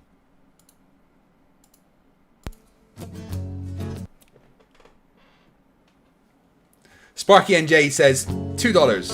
No bed for you. Nah, Diablo 4 for a bit.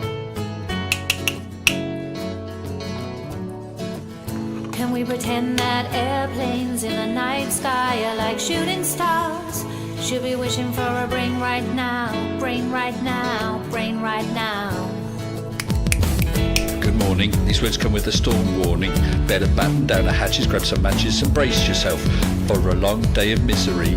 YouTube has given me the power to reach up into the sky and show you all that we live on the ball. I bring you science that's comprehensible. I'm correcting all the spelling Your view is mistakes. Next time you see it, you're reprehensible. No, Mr. Sensible. When I was young, I never thought I would be here to see this. A pile of random nonsense dressed up as bullshit. Your ignorance will be the death of us all, like running head first, full speed into a wall. You could always read a book, buy a telescope, set it up and take a photo of the moon, or just be a buffoon. I send you in a balloon up to the stratosphere in page 3. You're a few fries short of a happy meal. You're dumber than a box of hair. The wheel's spinning but the hamster's dead, and you're as smart as bait. You forgot to pay your brain bill. You're missing a few buttons on the remote control. 24 cents short of a quarter. You're surfing in Nebraska. You're as bright as Alaska in December, and you fell out of your family tree. You don't have all the cornflakes in one box. You got an IQ of 2 and it takes 3 to grunt. The elevator doesn't go all the way up, and there's a vacancy on the top floor. Your antenna doesn't pick up all the channels. You're several nuts short of a You're Mr. fruitcake. Sensible, calm down, don't go too hard. You don't need the Asylum burying Flerfs in your backyard. You're a man of science, poise and grace. Mage 2 did everything to wipe the grins off the face. So Nathan, get away from those kids. The world is not flat and it doesn't have a lid. Recognize the differences between the textbook and the Bible and control yourself. Lay off your slander and your lies. See, you're a bunch of knobs poisoning the well of the youth, spreading lies that you like to claim as knowledge and truth. Stop spreading fresh bullshit like the butter on your bread. Maybe a musical assault will knock some sense into your head.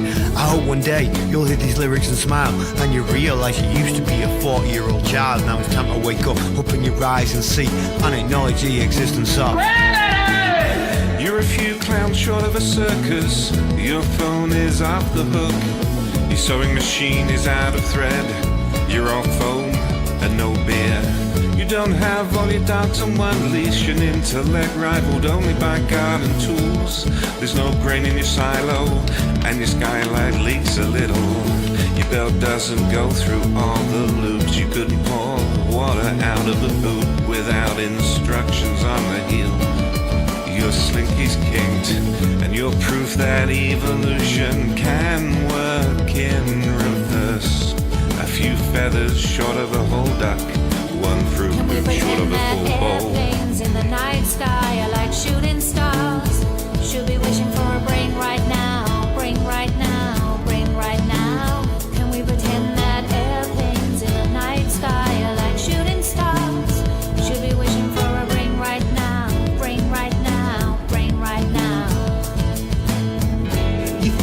over?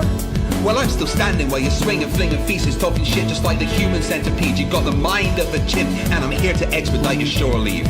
Cause I'm a seaman, but not the kind I writ up when your mum's gums. I'm the kind that sailed submarines and fired guns. I can float a boat across the ocean with my eyes closed, circumnavigate the globe with a compass and a bag of sausage rolls. Well, all you can do is nibble on your toes. I'll smack you with the hose that you taught a water level, sit and swivel. You nasal gazing muppet, you can stuff it harder than the wallet stuffed by Warren Buffett. And I don't care about your sauces unless you're serving them. And I don't care about your lines unless you're curving them. Now step away from me, you're sucking up my oxygen with the vacuum where your brain should be, you dumb fuck. Thank you everyone, and thank you for the last super chat there from Brendan Casquetti for $10 Australian. Samuel Jackson said in an interview he wanted the purple so he could find himself in the big fight at the end. That he did, absolutely. Guys, it's been an amazing night. You have been incredible. Remember that stupidity is not a right. Fight the flat earth. Fight the flat. Fight the flat. Fight the flat. Fight the flat. Fight the flat. Fight the flat. See you all tomorrow.